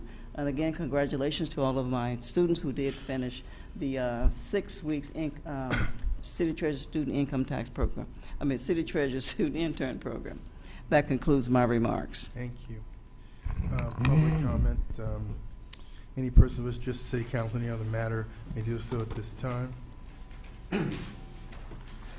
Good evening, Michael Coper. I was listening to your debate about the car lot, and that made me think back to about 15 years ago when you guys changed the law and you made it a minimal requirement to have 1 acre for a car dealership. Now, I saw on Arborvitae and La Brea, all of a sudden somebody's got a car dealership and a gas station. And the reason you changed that is because, let's say, now this gentleman Cars was my tenant until recently in Hawthorne. I have a lot of used car lots in Hawthorne. I don't have 1 vacancy. Why? Because we're allowed to do it on small little lots, and you see what goes on. But that's okay. That's the way it's traditionally there. So he had a 14,000 square foot lot. For every 1,000 square feet, he needs 14 parking spots, a 3,000 square foot building, every 300 feet for a building, so it's 10, that's 24. Now the reason you guys changed it 15 years ago is because with 24 parking spots, 3 employees, 3 customers, that leaves you 15 cars to sell. But you have broken down cars, and they're out in the street, they're in the driveway, they're all over the place. So I have quite a few lots that are non-conforming. If we decided for some reason to change the law and allow some people to do it with less than an acre, why not me? I want to do it all over the place. Nobody owns more land and more car dealerships in this town than me. Now, we were debating that and really thinking about what to do, but meanwhile, Hyundai and Chrysler are on life support. You guys don't understand. The franchise are in jeopardy if I don't finish this auto model that we've been working on for 10 years. Right now, I've made everybody aware we're selling cars in dirt. The customers are coming from all over the area, and they're walking in dirt. So if we're trying hard to have a little car lot happen, $100 million in sales, I have about 100 employees now. That's 100 families in this region are now affected by my efforts in the car business. CarMax, my idea. The car business would be dead in this town if not for the last 35 years. So let's get off. Right now, I don't know what's going on, but if we're going to do it, let's do it. You've got me tied up. The franchises have ultimatums. It's like every time somebody's new here, I'm redoing this deal for the last 10 years. Nobody really knows what's going on. I have to. I have national brands, Hyundai and Chrysler. We all gave them guarantees. Chrysler will be up and running. I've been a 4-month delay for no reason. So we need to get this together. Everybody hears. On TV, they'll ask me. I'm embarrassed to say, I don't know what's going on. I've been working on this for a decade. We spent millions of dollars. I took out trailer parks. I sent everybody elsewhere. I paid for them to go. Hotels, Manchester Motel, I took it out. You guys couldn't afford to do it. The Biebers, I bought them all out. I spent tens of millions of dollars, and now you guys are saying, oh, I don't know what's going on. It's time to really take some control here. I've been very patient, and everybody's asking me. But now, when I sign something and you guys sign something, we live up to what we signed. There's nobody in this town who can say I've never lived up to my obligation. I made the deal with the city, not with some state agency. And I've been asking people what's going on. My tenants are asking me. These folks are spending a lot of money for we're non-professional.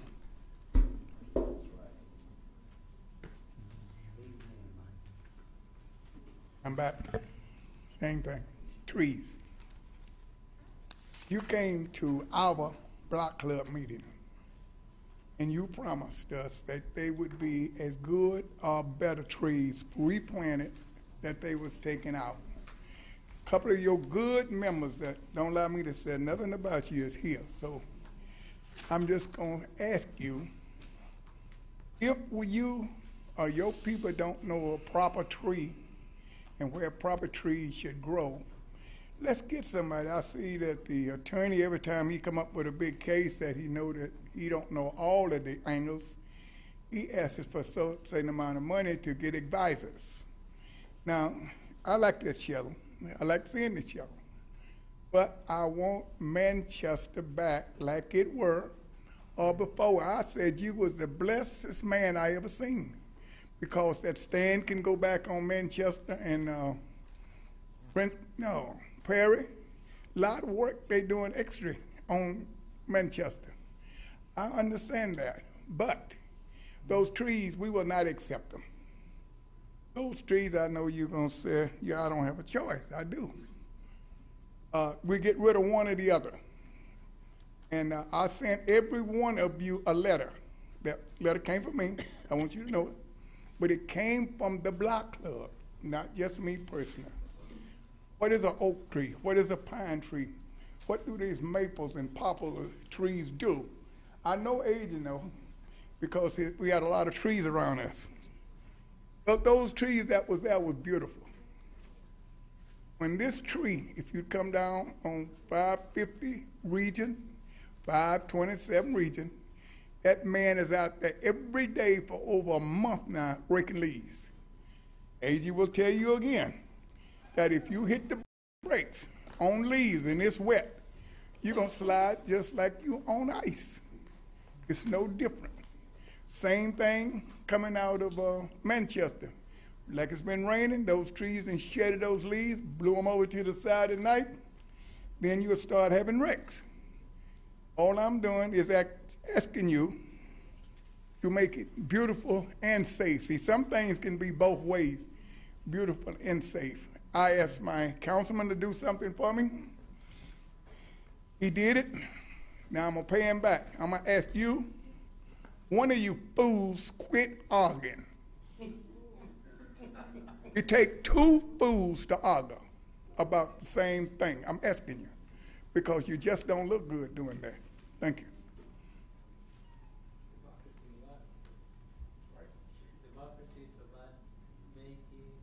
Sir? Sir? Good evening, Mayor and City Council and staff. Ray Davis, 2nd District. I came up to speak on behalf of Mr. Coper and his frustrations. I've been coming to City Council meetings for about a decade now, and I'm almost as frustrated as he is. I mean, my goodness, folks, how many times have we been told in this year we've had big multi-million-dollar deals come up under the radar screen? It'll show up here to be voted on that night. We'll say, hey, whoa, wait a minute. Why? What? Well, we got to do it now, otherwise we're going to lose our money. We're going to lose everything. So we have to vote on it right now. What's up? It's time to ask the question like it should be asked. What's the real deal here? Why don't you just tell this man you don't want him doing business in this town if you're stringing him along the way you're stringing him along? I mean, because nothing else seems to make sense to me. He wants to do business here. He comes with his checkbook open. We're giving millions of dollars to other developers, giving it to them under short notice votes. And he's been coming here for 10 years, longer. I don't understand, folks. Just, just let him know what the deal is. Let us know what the deal is so we can stop having these false hopes. And I guess in a lighter, somewhat sarcastic note, I would say to Madam City Clerk, that's the way you do it. Put it to a vote with the people. But I almost don't want to say this.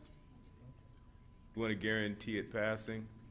Just use the magic phrase, we're doing it for the children. Thank you very much. Good night. We're going to have to stop public comment for a moment. Madam City Clerk, you need Yes, to thank you, Mayor. make a change. Thank you. I just need to make a change in the resolution on CC2.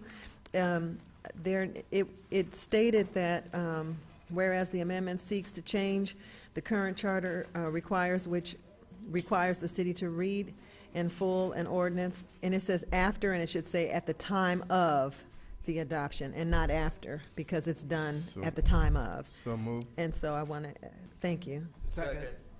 Madam City Second Clerk. was, thank you. Madam Councilmember Stevens? Okay. Dunlap? Aye. Thank you. Morales? Aye. Franklin? Aye. Mayor Butts? Aye. Thank you very much. Continue public comment. Please come forward, Doctor. Good evening, Mayor, Council. I didn't get a chance to read my comments last week. I'd like to do so now. Mr. Mayor, as a business owner near the intersection of Cedar and Manchester Boulevard, I have had the unfortunate opportunity to hear and witness some of the collisions at this intersection.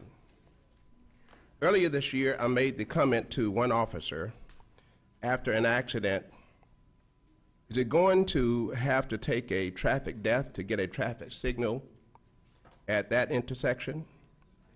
He had an indifferent reply. Well, on November the 12th, 2012, a pedestrian was struck and killed just past the intersection of Cedar and Manchester. She was crossing a few feet east of the intersection at night, wearing dark clothing. The person who hit her said that he did not see her. However, I do believe that a traffic signal would have caused the person to cross the street at the crosswalk and the person would have had to stop if a red light was there. We went through a great deal of inconvenience during the space shuttle endeavor, transport through the city.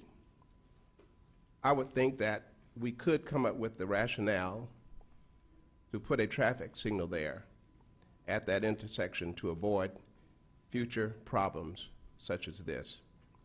I would hope the council would consider contacting the city ordinance, city group that is responsible for investigating the efficacy of putting the light there and hopefully avoid future problems with the construction of the 145 unit on Regent Street. You don't, you're going to have tremendous number of accidents, and perhaps some of the responsibility might fall on the city.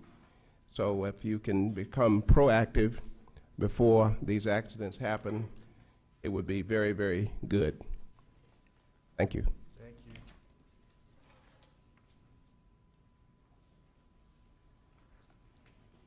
Good evening.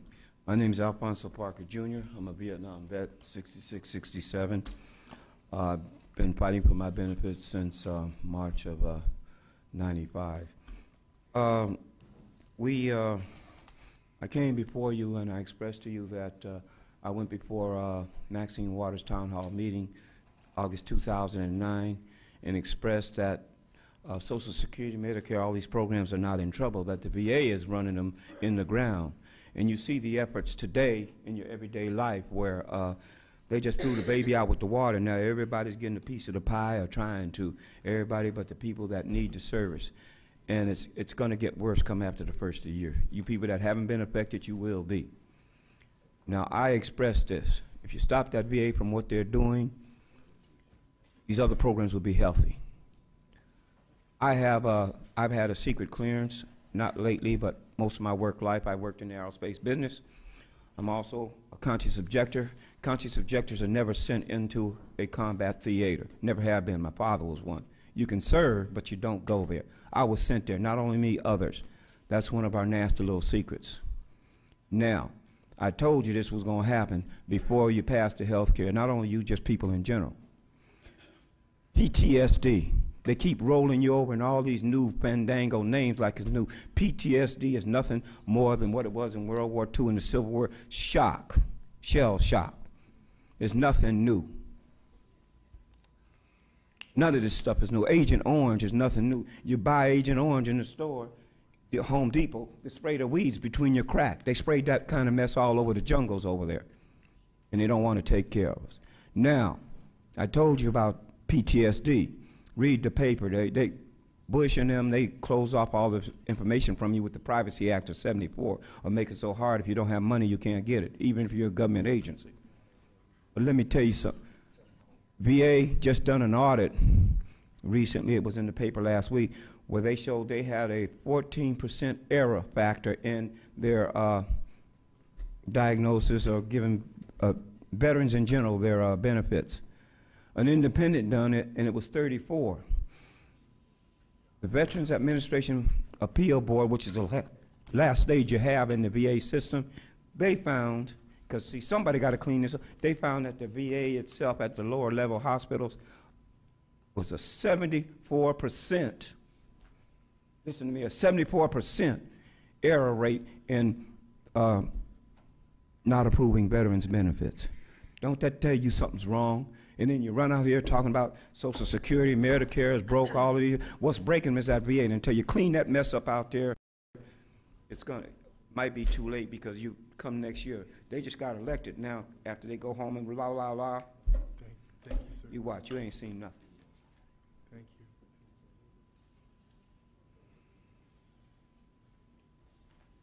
you. Hello, Joy Smith again. And I imagine it should be addressed to the Madam City Clerk. And I know that you have a lot to do, and you work very hard, and you do have a very heavy responsibility. However, I feel that if these if there is a law that these ordinances have to be published in their entirety, I feel that there is a reason for that law.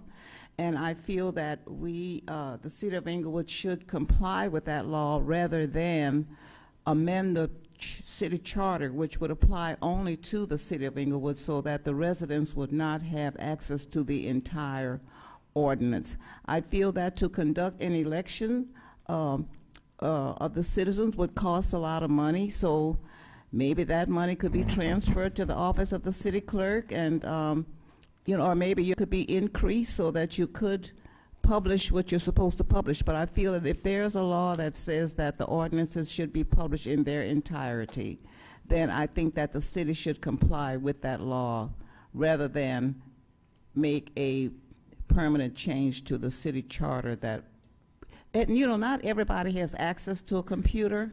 Everything is online, but so many people would not, do not have access to that. And I think that we must have,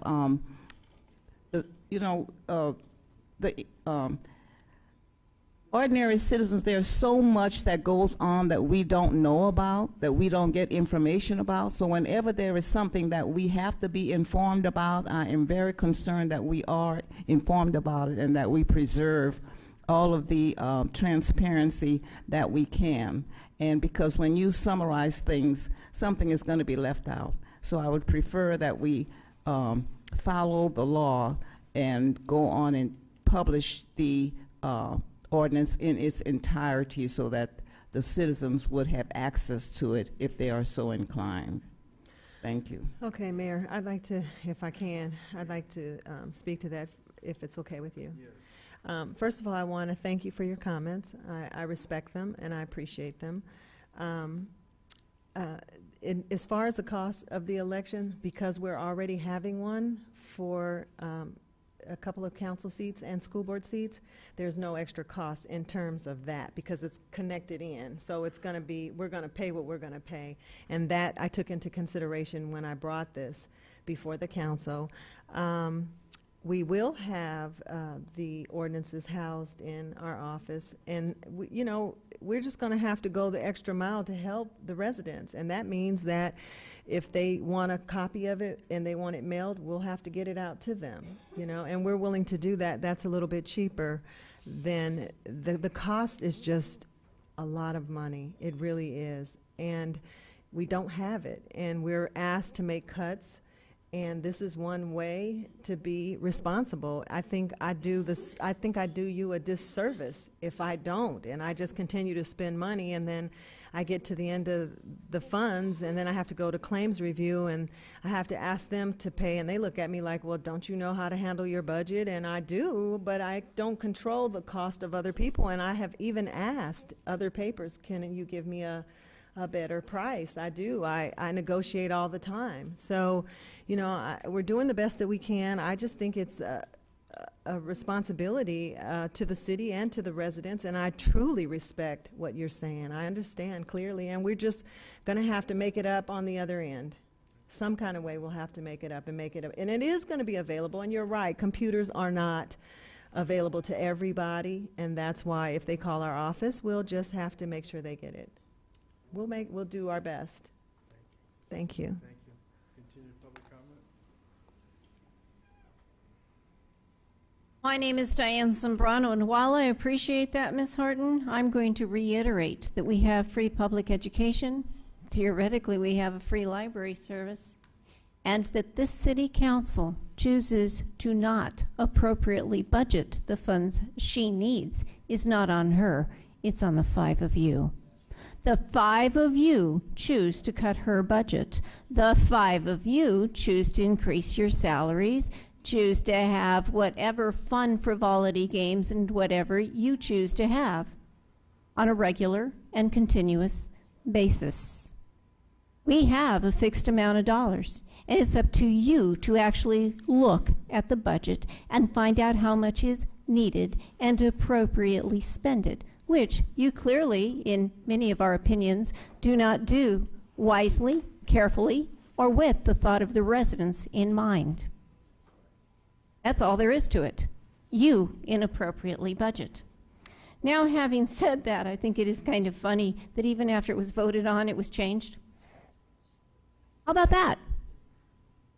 What happened, Mr. Due Diligence? Did you not do your due diligence? You should have caught it before it was voted on. That's like standard op in this room. Hurry up, rush it through, let's get it ramrodded, and oops, we screwed up. We'll have to come back and redo it. Now, someone over here should have caught it. But more importantly, 5 of you were supposed to have voted on it consciously, thoughtfully, and considerately. And instead, you choose for a lack of transparency. You choose, not her, you. She suggests you vote. Okay, now having said that, I'm going to go back to, among the other things we do dumb, because we have a truckload, but let me just pick that one. CS8, issues regarding parking structure. Let me see, that would be the parking structure we built in 1970. We didn't manage our funds wisely. Anyone hear a theme? We didn't manage our funds wisely. We sold and leased back the property that we already owned. And now it's a state thing. Wow, that was bright. Maybe you should have managed funds wisely then. And then there's that whole thing of, did you ever deal with the water issue that the school district started pumping illegally on a water well drilled by the city? No, but guess what? One of those guys, that 20-something kids, now like major position in the school district after he thought it was okay to do wrong he knew was wrong and then ask forgiveness later. Mayor, I just want to say one more thing, and I promise I won't interrupt. I know this is but with all due respect to Ms. Sembrano, and I appreciate her comments as well, and I'm going to be done with this because I'm sure other people will have comments, but this was the change that we had to make after we got started with the public comments. It was brought to my attention by Councilwoman Dunlap earlier today, and as I looked to it, I went over to the city attorney, and I asked to make sure that we had to get a vote that we make this change, and he said yes. So I just want to make that clear that she did bring it to the attention, and it was corrected. I'll take the blame for it. I'm sorry.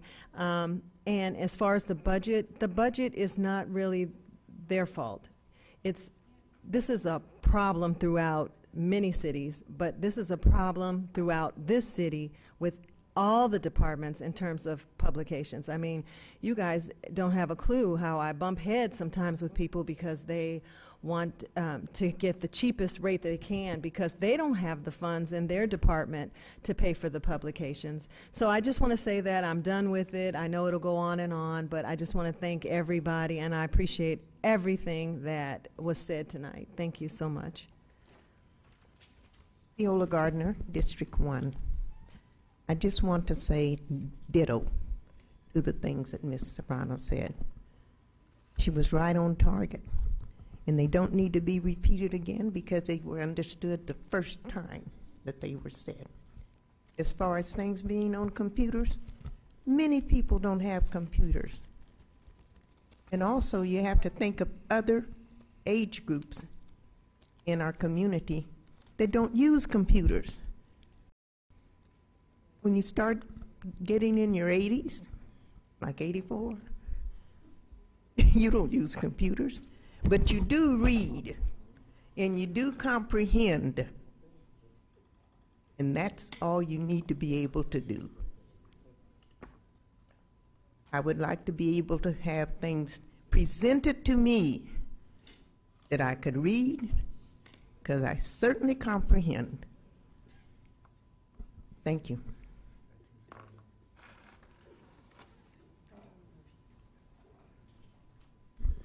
Mr. Mayor, Council, my name is Joseph Texera. About 2 months ago, the Mayor Pro Tem, Eloy Morales, began this council's latest attempt to try to keep me from playing any of the 911 tapes that IPD, the city attorney, and the city clerk illegally withheld for about 9 months.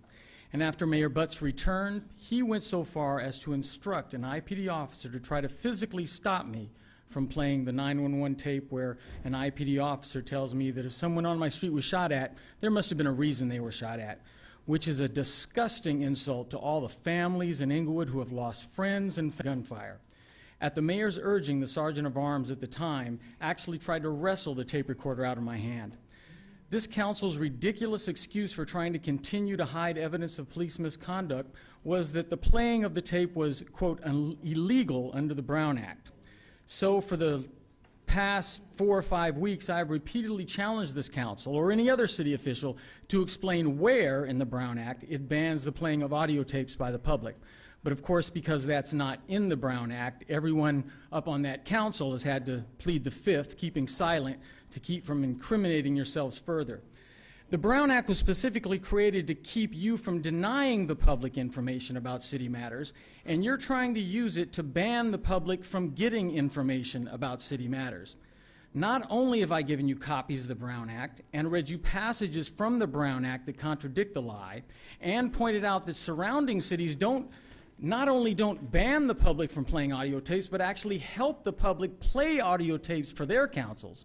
But I've offered to give $300 to whoever could tell the public where in the Brown Act playing audio tapes is banned. But I think what this council did last week probably convinced anyone who was still unsure whether or not you were lying, convinced them that in fact you have to be lying. Last week I offered to donate an additional $300 in addition to the $200 I had already donated for Christmas dinners and clothes and toys to an elementary school in District Number 1, Mike Stevens' district, my district. If anyone in Inglewood's government, including Mike Stevens, would just tell the public on what page and in what paragraph the Brown Act says that no one from the public can play audio tapes at a city council meeting. But none of you said anything. Well, that only means one of two things. Either you know you're lying, and you know that the Brown Act doesn't ban me from playing audio tapes, so you really can't say where it is, or you don't care about Inglewood's residents, and you weren't going to even bother just saying 5, 6, 7 words just to make the Christmases better of District 1 families, of the unprivileged in District 1, because there are no other possibilities. Because even if you don't like me, you could have just taken my money and made those Christmases better. Just take my money. But because you don't say anything, everyone now knows that the city attorney and everybody on that council is a liar.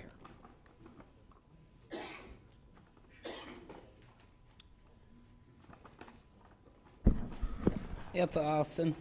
First, I want to mention something about Mike Coper. Everyone knows he's been here ever since Inglewood was here. And I don't think it was right for you all to overturn and give that man an extension when you know this man is our money man. That's like a slap in his face. This Mike has been here and supported us for years and years and years. That wasn't right. And if that man came, had fixed, then it should have stayed like that, like the mayor said. He's not going to improve it. So why would you even go against the board and bring it in? You should have left that man alone. Let him go on about his business to Glendale and Burbank, where he belongs. That man don't be over there. But anyway, I want to say another thing. Last night I went to a very important meeting in Compton. See, tell you how. Anyway, we had federal, and we spoke on the murders here. Inglewood, we got the murders is 10, rated 10. We got 10 murders. This is a list of all the murders that the sheriffs and LAPD Inglewood has killed people by gunfire. Right here. This is a list. This is the wife. Over here, Rosa. Stand up, Rosa. That's the wife of the resident that lived here, Jose. He got shot in Compton trying to listen to the sheriffs. Then we have the family with the bicycle that the sheriff killed, ran over. That family was there, the server family. Then you have the Gutierrez family. They shot him in the bed with Centinela. Said he reached for the gun. But guess what happened, guys? Liars always get caught. So the lady next to the guy said they were lying. So now, what they gonna do with these crooked sheriffs that killed this man for no reason? They shot him cold-blooded, just kill him. And he was handcuffed. But that's how liars get busted. Also on Yvonne, I want to say something to you right quick. I know what you're trying to do with the thing. We don't have any money, but some kind of way, maybe you could have it like, you know, remember how you used to have the tablets? You know how you used to have it outside of the council in that chair and people could read up? Then that's a good thing, because a lot of people don't have email. And also another thing about, someone brought this up and asked me, when will the construction start? I thought it was supposed to start in October. Someone had me to come and ask the council, when is this going to start? And if y'all stop dropping ceilings and changing thermostats, we'd have a budget. Stop making up all these fake debts. And this child could publish what she's supposed to publish. It's not fair to the seniors. Those are your top voters. Thank you, Ms. Austin. Better recognize.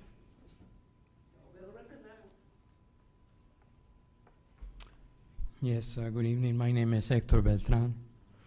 I live here in this city since I was 9 years old. And now I live in the city, Regency Towers. And I would like to see that Mr. Stevens and all of you members will realize what the builders and contractors of Thomas Safran are doing. I just went to my apartment. There was an illegal broken in. I met with you, Councilman Stevens, during the week. I told you that these people were building that case. Legal entry. Opened my closets. They searched my drawers, my desk. I still don't know exactly what they're looking for, but my guess is that they are interested in evicting me for finding something. Being 20 years unemployed, after the King Drew fiasco, as a medical doctor having to worry about whether they're going to evict me, I think there's something very perverse about this. Now about the publishing of the orders. Let it know, for example, that when I wanted to run against Mayor Butts, city clerk told me that I had, that was unable to presume that I could submit my nomination papers because of deadline. So when I asked them, where does it say so? They told me, well, it is the municipal code. I went to the library. There were no municipal code. They told me that I had to go online, and it wasn't online. So I find it very peculiar, close to being perversive, that this is taking place. I know you're politicians. You're the masters now. You're the ruling class. And you probably think that you're wiser than we are because, of course, we never went to school, especially in the district of Inglewood, where now it states in the paper, LA Times, one of the worst districts. I applied for a job there, declined me because there's no funds. This is a vicious cycle. Inglewood, school district, trouble, because it's one of the worst.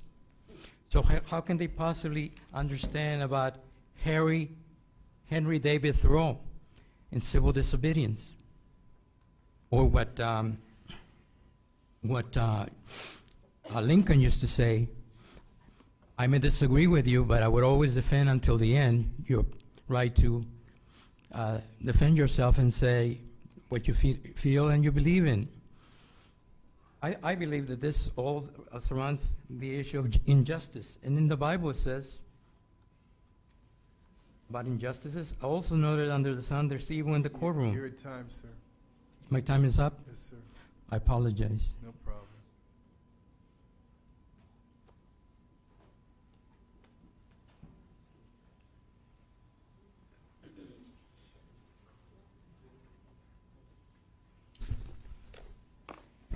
My name is Willie A.G. I live in the beautiful city of Inglewood.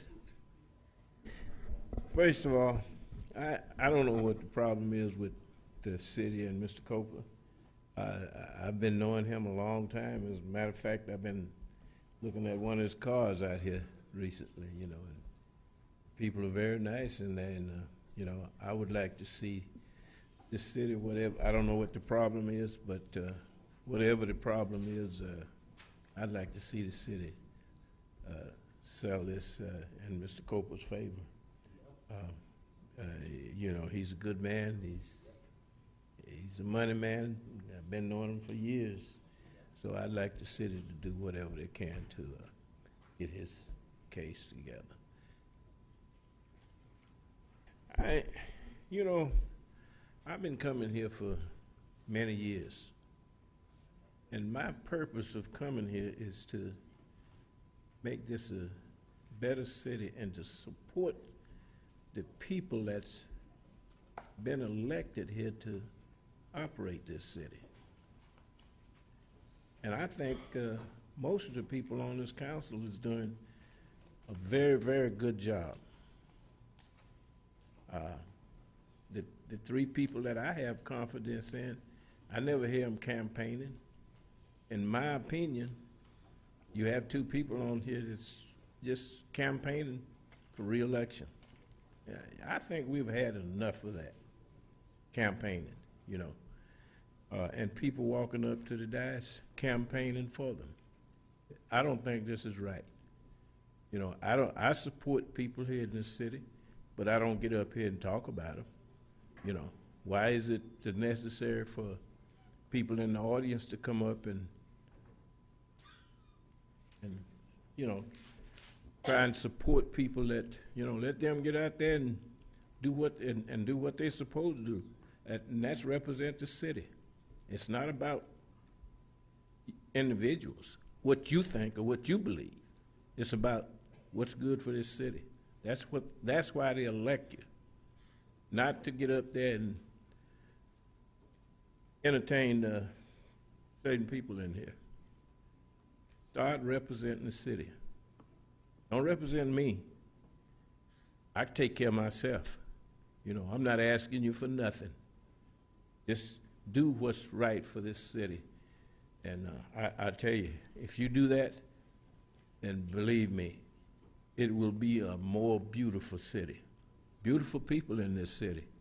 And I tell you, and I believe in it 100%. Otherwise, I'd get up and leave. Thank you.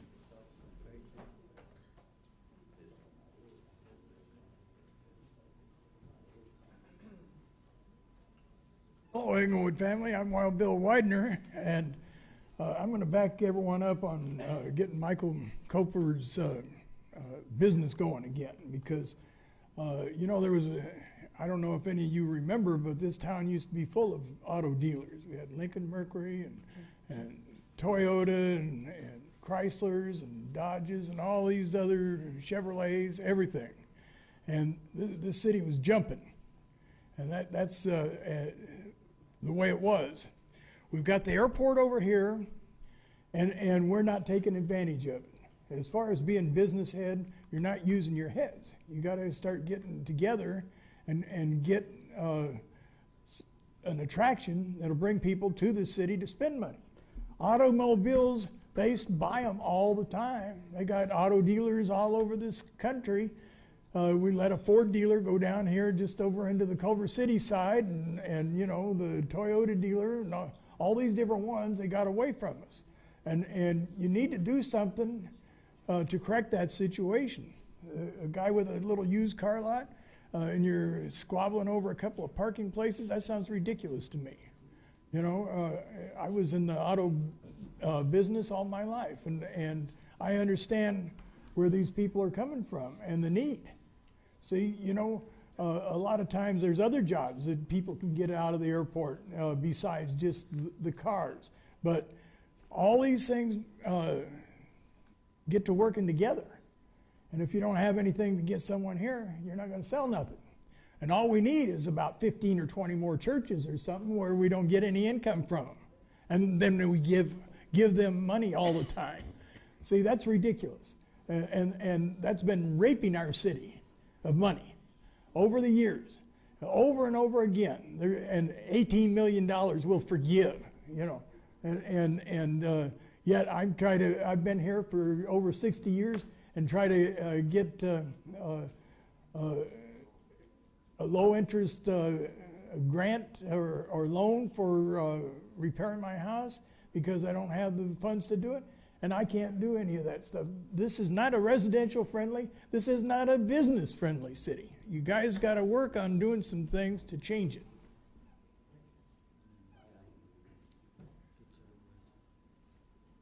We'll close public comment.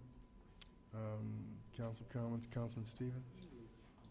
Yes, I'd just like to say, Mr. Beltran, I have an appointment scheduled with our housing administrator tomorrow in reference to your issue. It'll be one of the issues I'll be discussing with them. So I will be in contact with you by the end of the week in reference to my discussions with them. I take your comments very seriously. In reference to those individuals who come to the microphone, to the podium, I've always supported all of you, regardless of what you say. I feel that your 3 minutes amount of time is what you're entitled to, and I have no problem with any of you playing a videotape, audio tape. Matter of fact, years gone by, I have been known to play a cassette recorder from the podium, and I've stated that publicly. So I have no problem with the public speaking their opinion, whether it's in support of me or against me. So I hope all of you recognize that fact in reference to how I operate. In reference to Mr. Fields, well, first, I would just like to say this in reference to the caper, the document that was a draft document. I am somewhat perplexed that a document that is drafted by staff, it's a draft. I may not have any type of input, or my colleagues and I may not have any input in it, in the document, until it is actually placed before the public for the public to comment on. Understand, it's a draft document, meaning that it's a working document. Now, I also find it perplexing that if I was to ask a question pertaining to Robert's Rules of Order, the city attorney refuses to be a parliamentarian and simply answer the question. Instead, my colleague, Ms. Dunlap, must serve as a parliamentarian in reference to the mayor and in reference to Mr. Morales' motion. I find there's contradictions here. It seems that we have many, many contradictions on this dais. Contradictions as to what rules apply to certain individuals and what rules do not apply to other individuals. Under Robert's Rules of Order, if an individual speaks more than once, especially the chair, the entire cycle starts over again. Stated in the book. It's stated there. But we have rules and different rules. If my colleague to the left, Ms. Dunlap, makes a suggestion to the chair, or received. If I make a suggestion to the chair, it's either ignored or contradicted. Ladies and gentlemen, my time has concluded. I'd like to ask all of you to drive home safely, and I look forward to seeing you at our next council meeting. Our next council meeting, Mr. City Manager, will be on the 11th, so we will not be dark. Okay, outstanding. Look forward to seeing you all on December 11th, and drive safely. Thank you. Councilman Dunlap. Yes, thank you, Mayor. First, I'd like to offer my condolences to those of you who came out to our meeting tonight in the audience who've lost loved ones. So I want to be sure and express that. Several items are on the agenda, one with regard to the audit on PEG, Public Educational and Government Broadcasting on our cable. I'd like to remind the public of that the last time we did an audit of Time Warner and AT&T, it was discovered, the result of the audit, that we were owed $350,000. There was a report made to the council, and guess what? Administration never asked the companies for the money. So we lost it, because they never bothered to ask. Years passed, and then that was the end of it. So we lost it. I hope that doesn't happen again this time. With regard to Mr. Coper, this community knows your history, all of the businesses that you've operated, the Prince Chrysler, they know that name for many, many years that was here. You brought, oh my gosh, so much revenue into the city, it's mind-boggling. But let me say that the fact that we're having all these problems with you being able to open and maintain a Hyundai dealership and Chrysler, the only two new dealerships in this city, it's such an embarrassment to me as a member of this body that it's been very much bungled by city administration, executive staff, that we're in this position today. I'm just embarrassed by it. A couple of years ago, or a year and a half ago, when your deal should have been over with, they're instead trying to figure out a way to give Madison Square Garden $18 million, as opposed to focusing on finalizing and taking care of you and the residents of this community, because you generate a ton of money in sales tax revenue, new automobile sales tax revenue. It's huge. Cities fight over car dealerships, and we don't even seem to be doing very much to maintain the two that we have that Mr. Coper's fighting for to keep here in this city. So I support you 100%, and I hope everything works out to your best interest and our community's best interest. With regard to Mr. Textera, the very first time he spoke with regard to recording, he'd left, but I made the comment that the Brown Act does permit recording at the speaker's podium. I've never found anything that denied that access. I'm not sure if he's here this evening. I know he wasn't here when I spoke to it before. But I certainly support the California open meeting laws with regard to the CPRA, California Public Records Act, and the Ralph M. Brown Act with regard to the public's ability to be heard and to hear the viewpoints of this council when we discuss matters of city business. And actually, this council majority seems to be doing everything in its power to not only stifle the public interest and their getting and receiving information, but in stifling their colleagues' interests. Two members of this body, at least, with regard to censoring remarks, cutting people off, when these whole meetings should be about the careful consideration of every item before us. The chair should be seeing to it that every member is heard properly and given the ability to express themselves on each matter. Thank you. Councilman Morales. Thank you. First, we're all extremely supportive of every resident who'd like to come up here and speak. That's no question. In regards to receiving information, it's open to the public. Anything you need. Those are things that interpretations that happen based on whatever comments want to be made. That's all that is. In regards to Mr. Coper, I'll let, unfortunately, since most was discussed in closed session, I'll let staff update you, but I can tell you that there's no lack of support for your project. There are just rules, but in terms of the lack of support, there is none. Now, in regards to the crossing at Manchester and Cedar, Mr. Fields, can we actually have that? I'd like to know if you could send me an email by Friday after you talk to Mr. Atwell as to the options. They can do a traffic study for that. Now, that's something I had brought up when I was first elected about 8 or 9 years. There was some sort of, something was done there, and it didn't come about.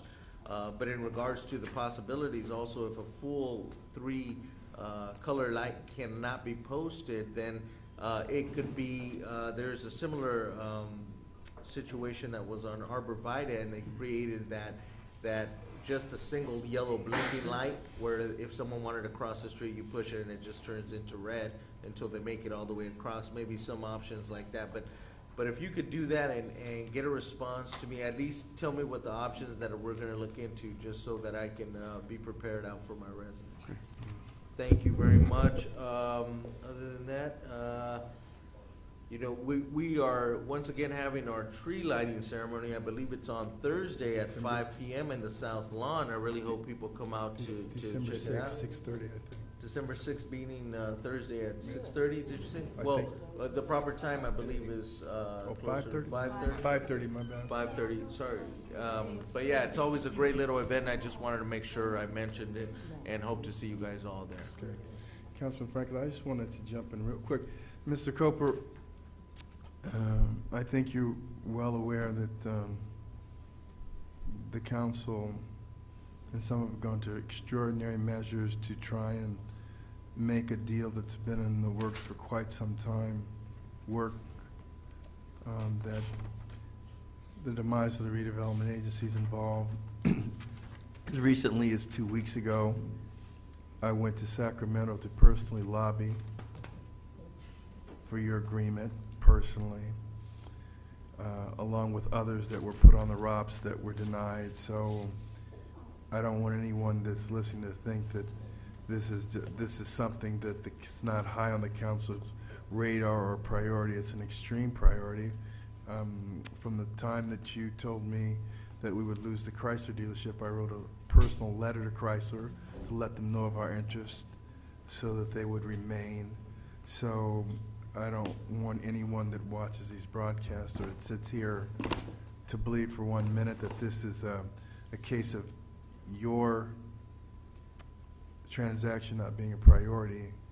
It's a case of state law at this point, and we have engaged in every creative strategy we could to make sure that that agreement can be consummated. So I want everyone to know that. And I also care very much about people's right to be heard, but I also care about everyone's right to be heard and not to the dominance of one person over another or one council person over another.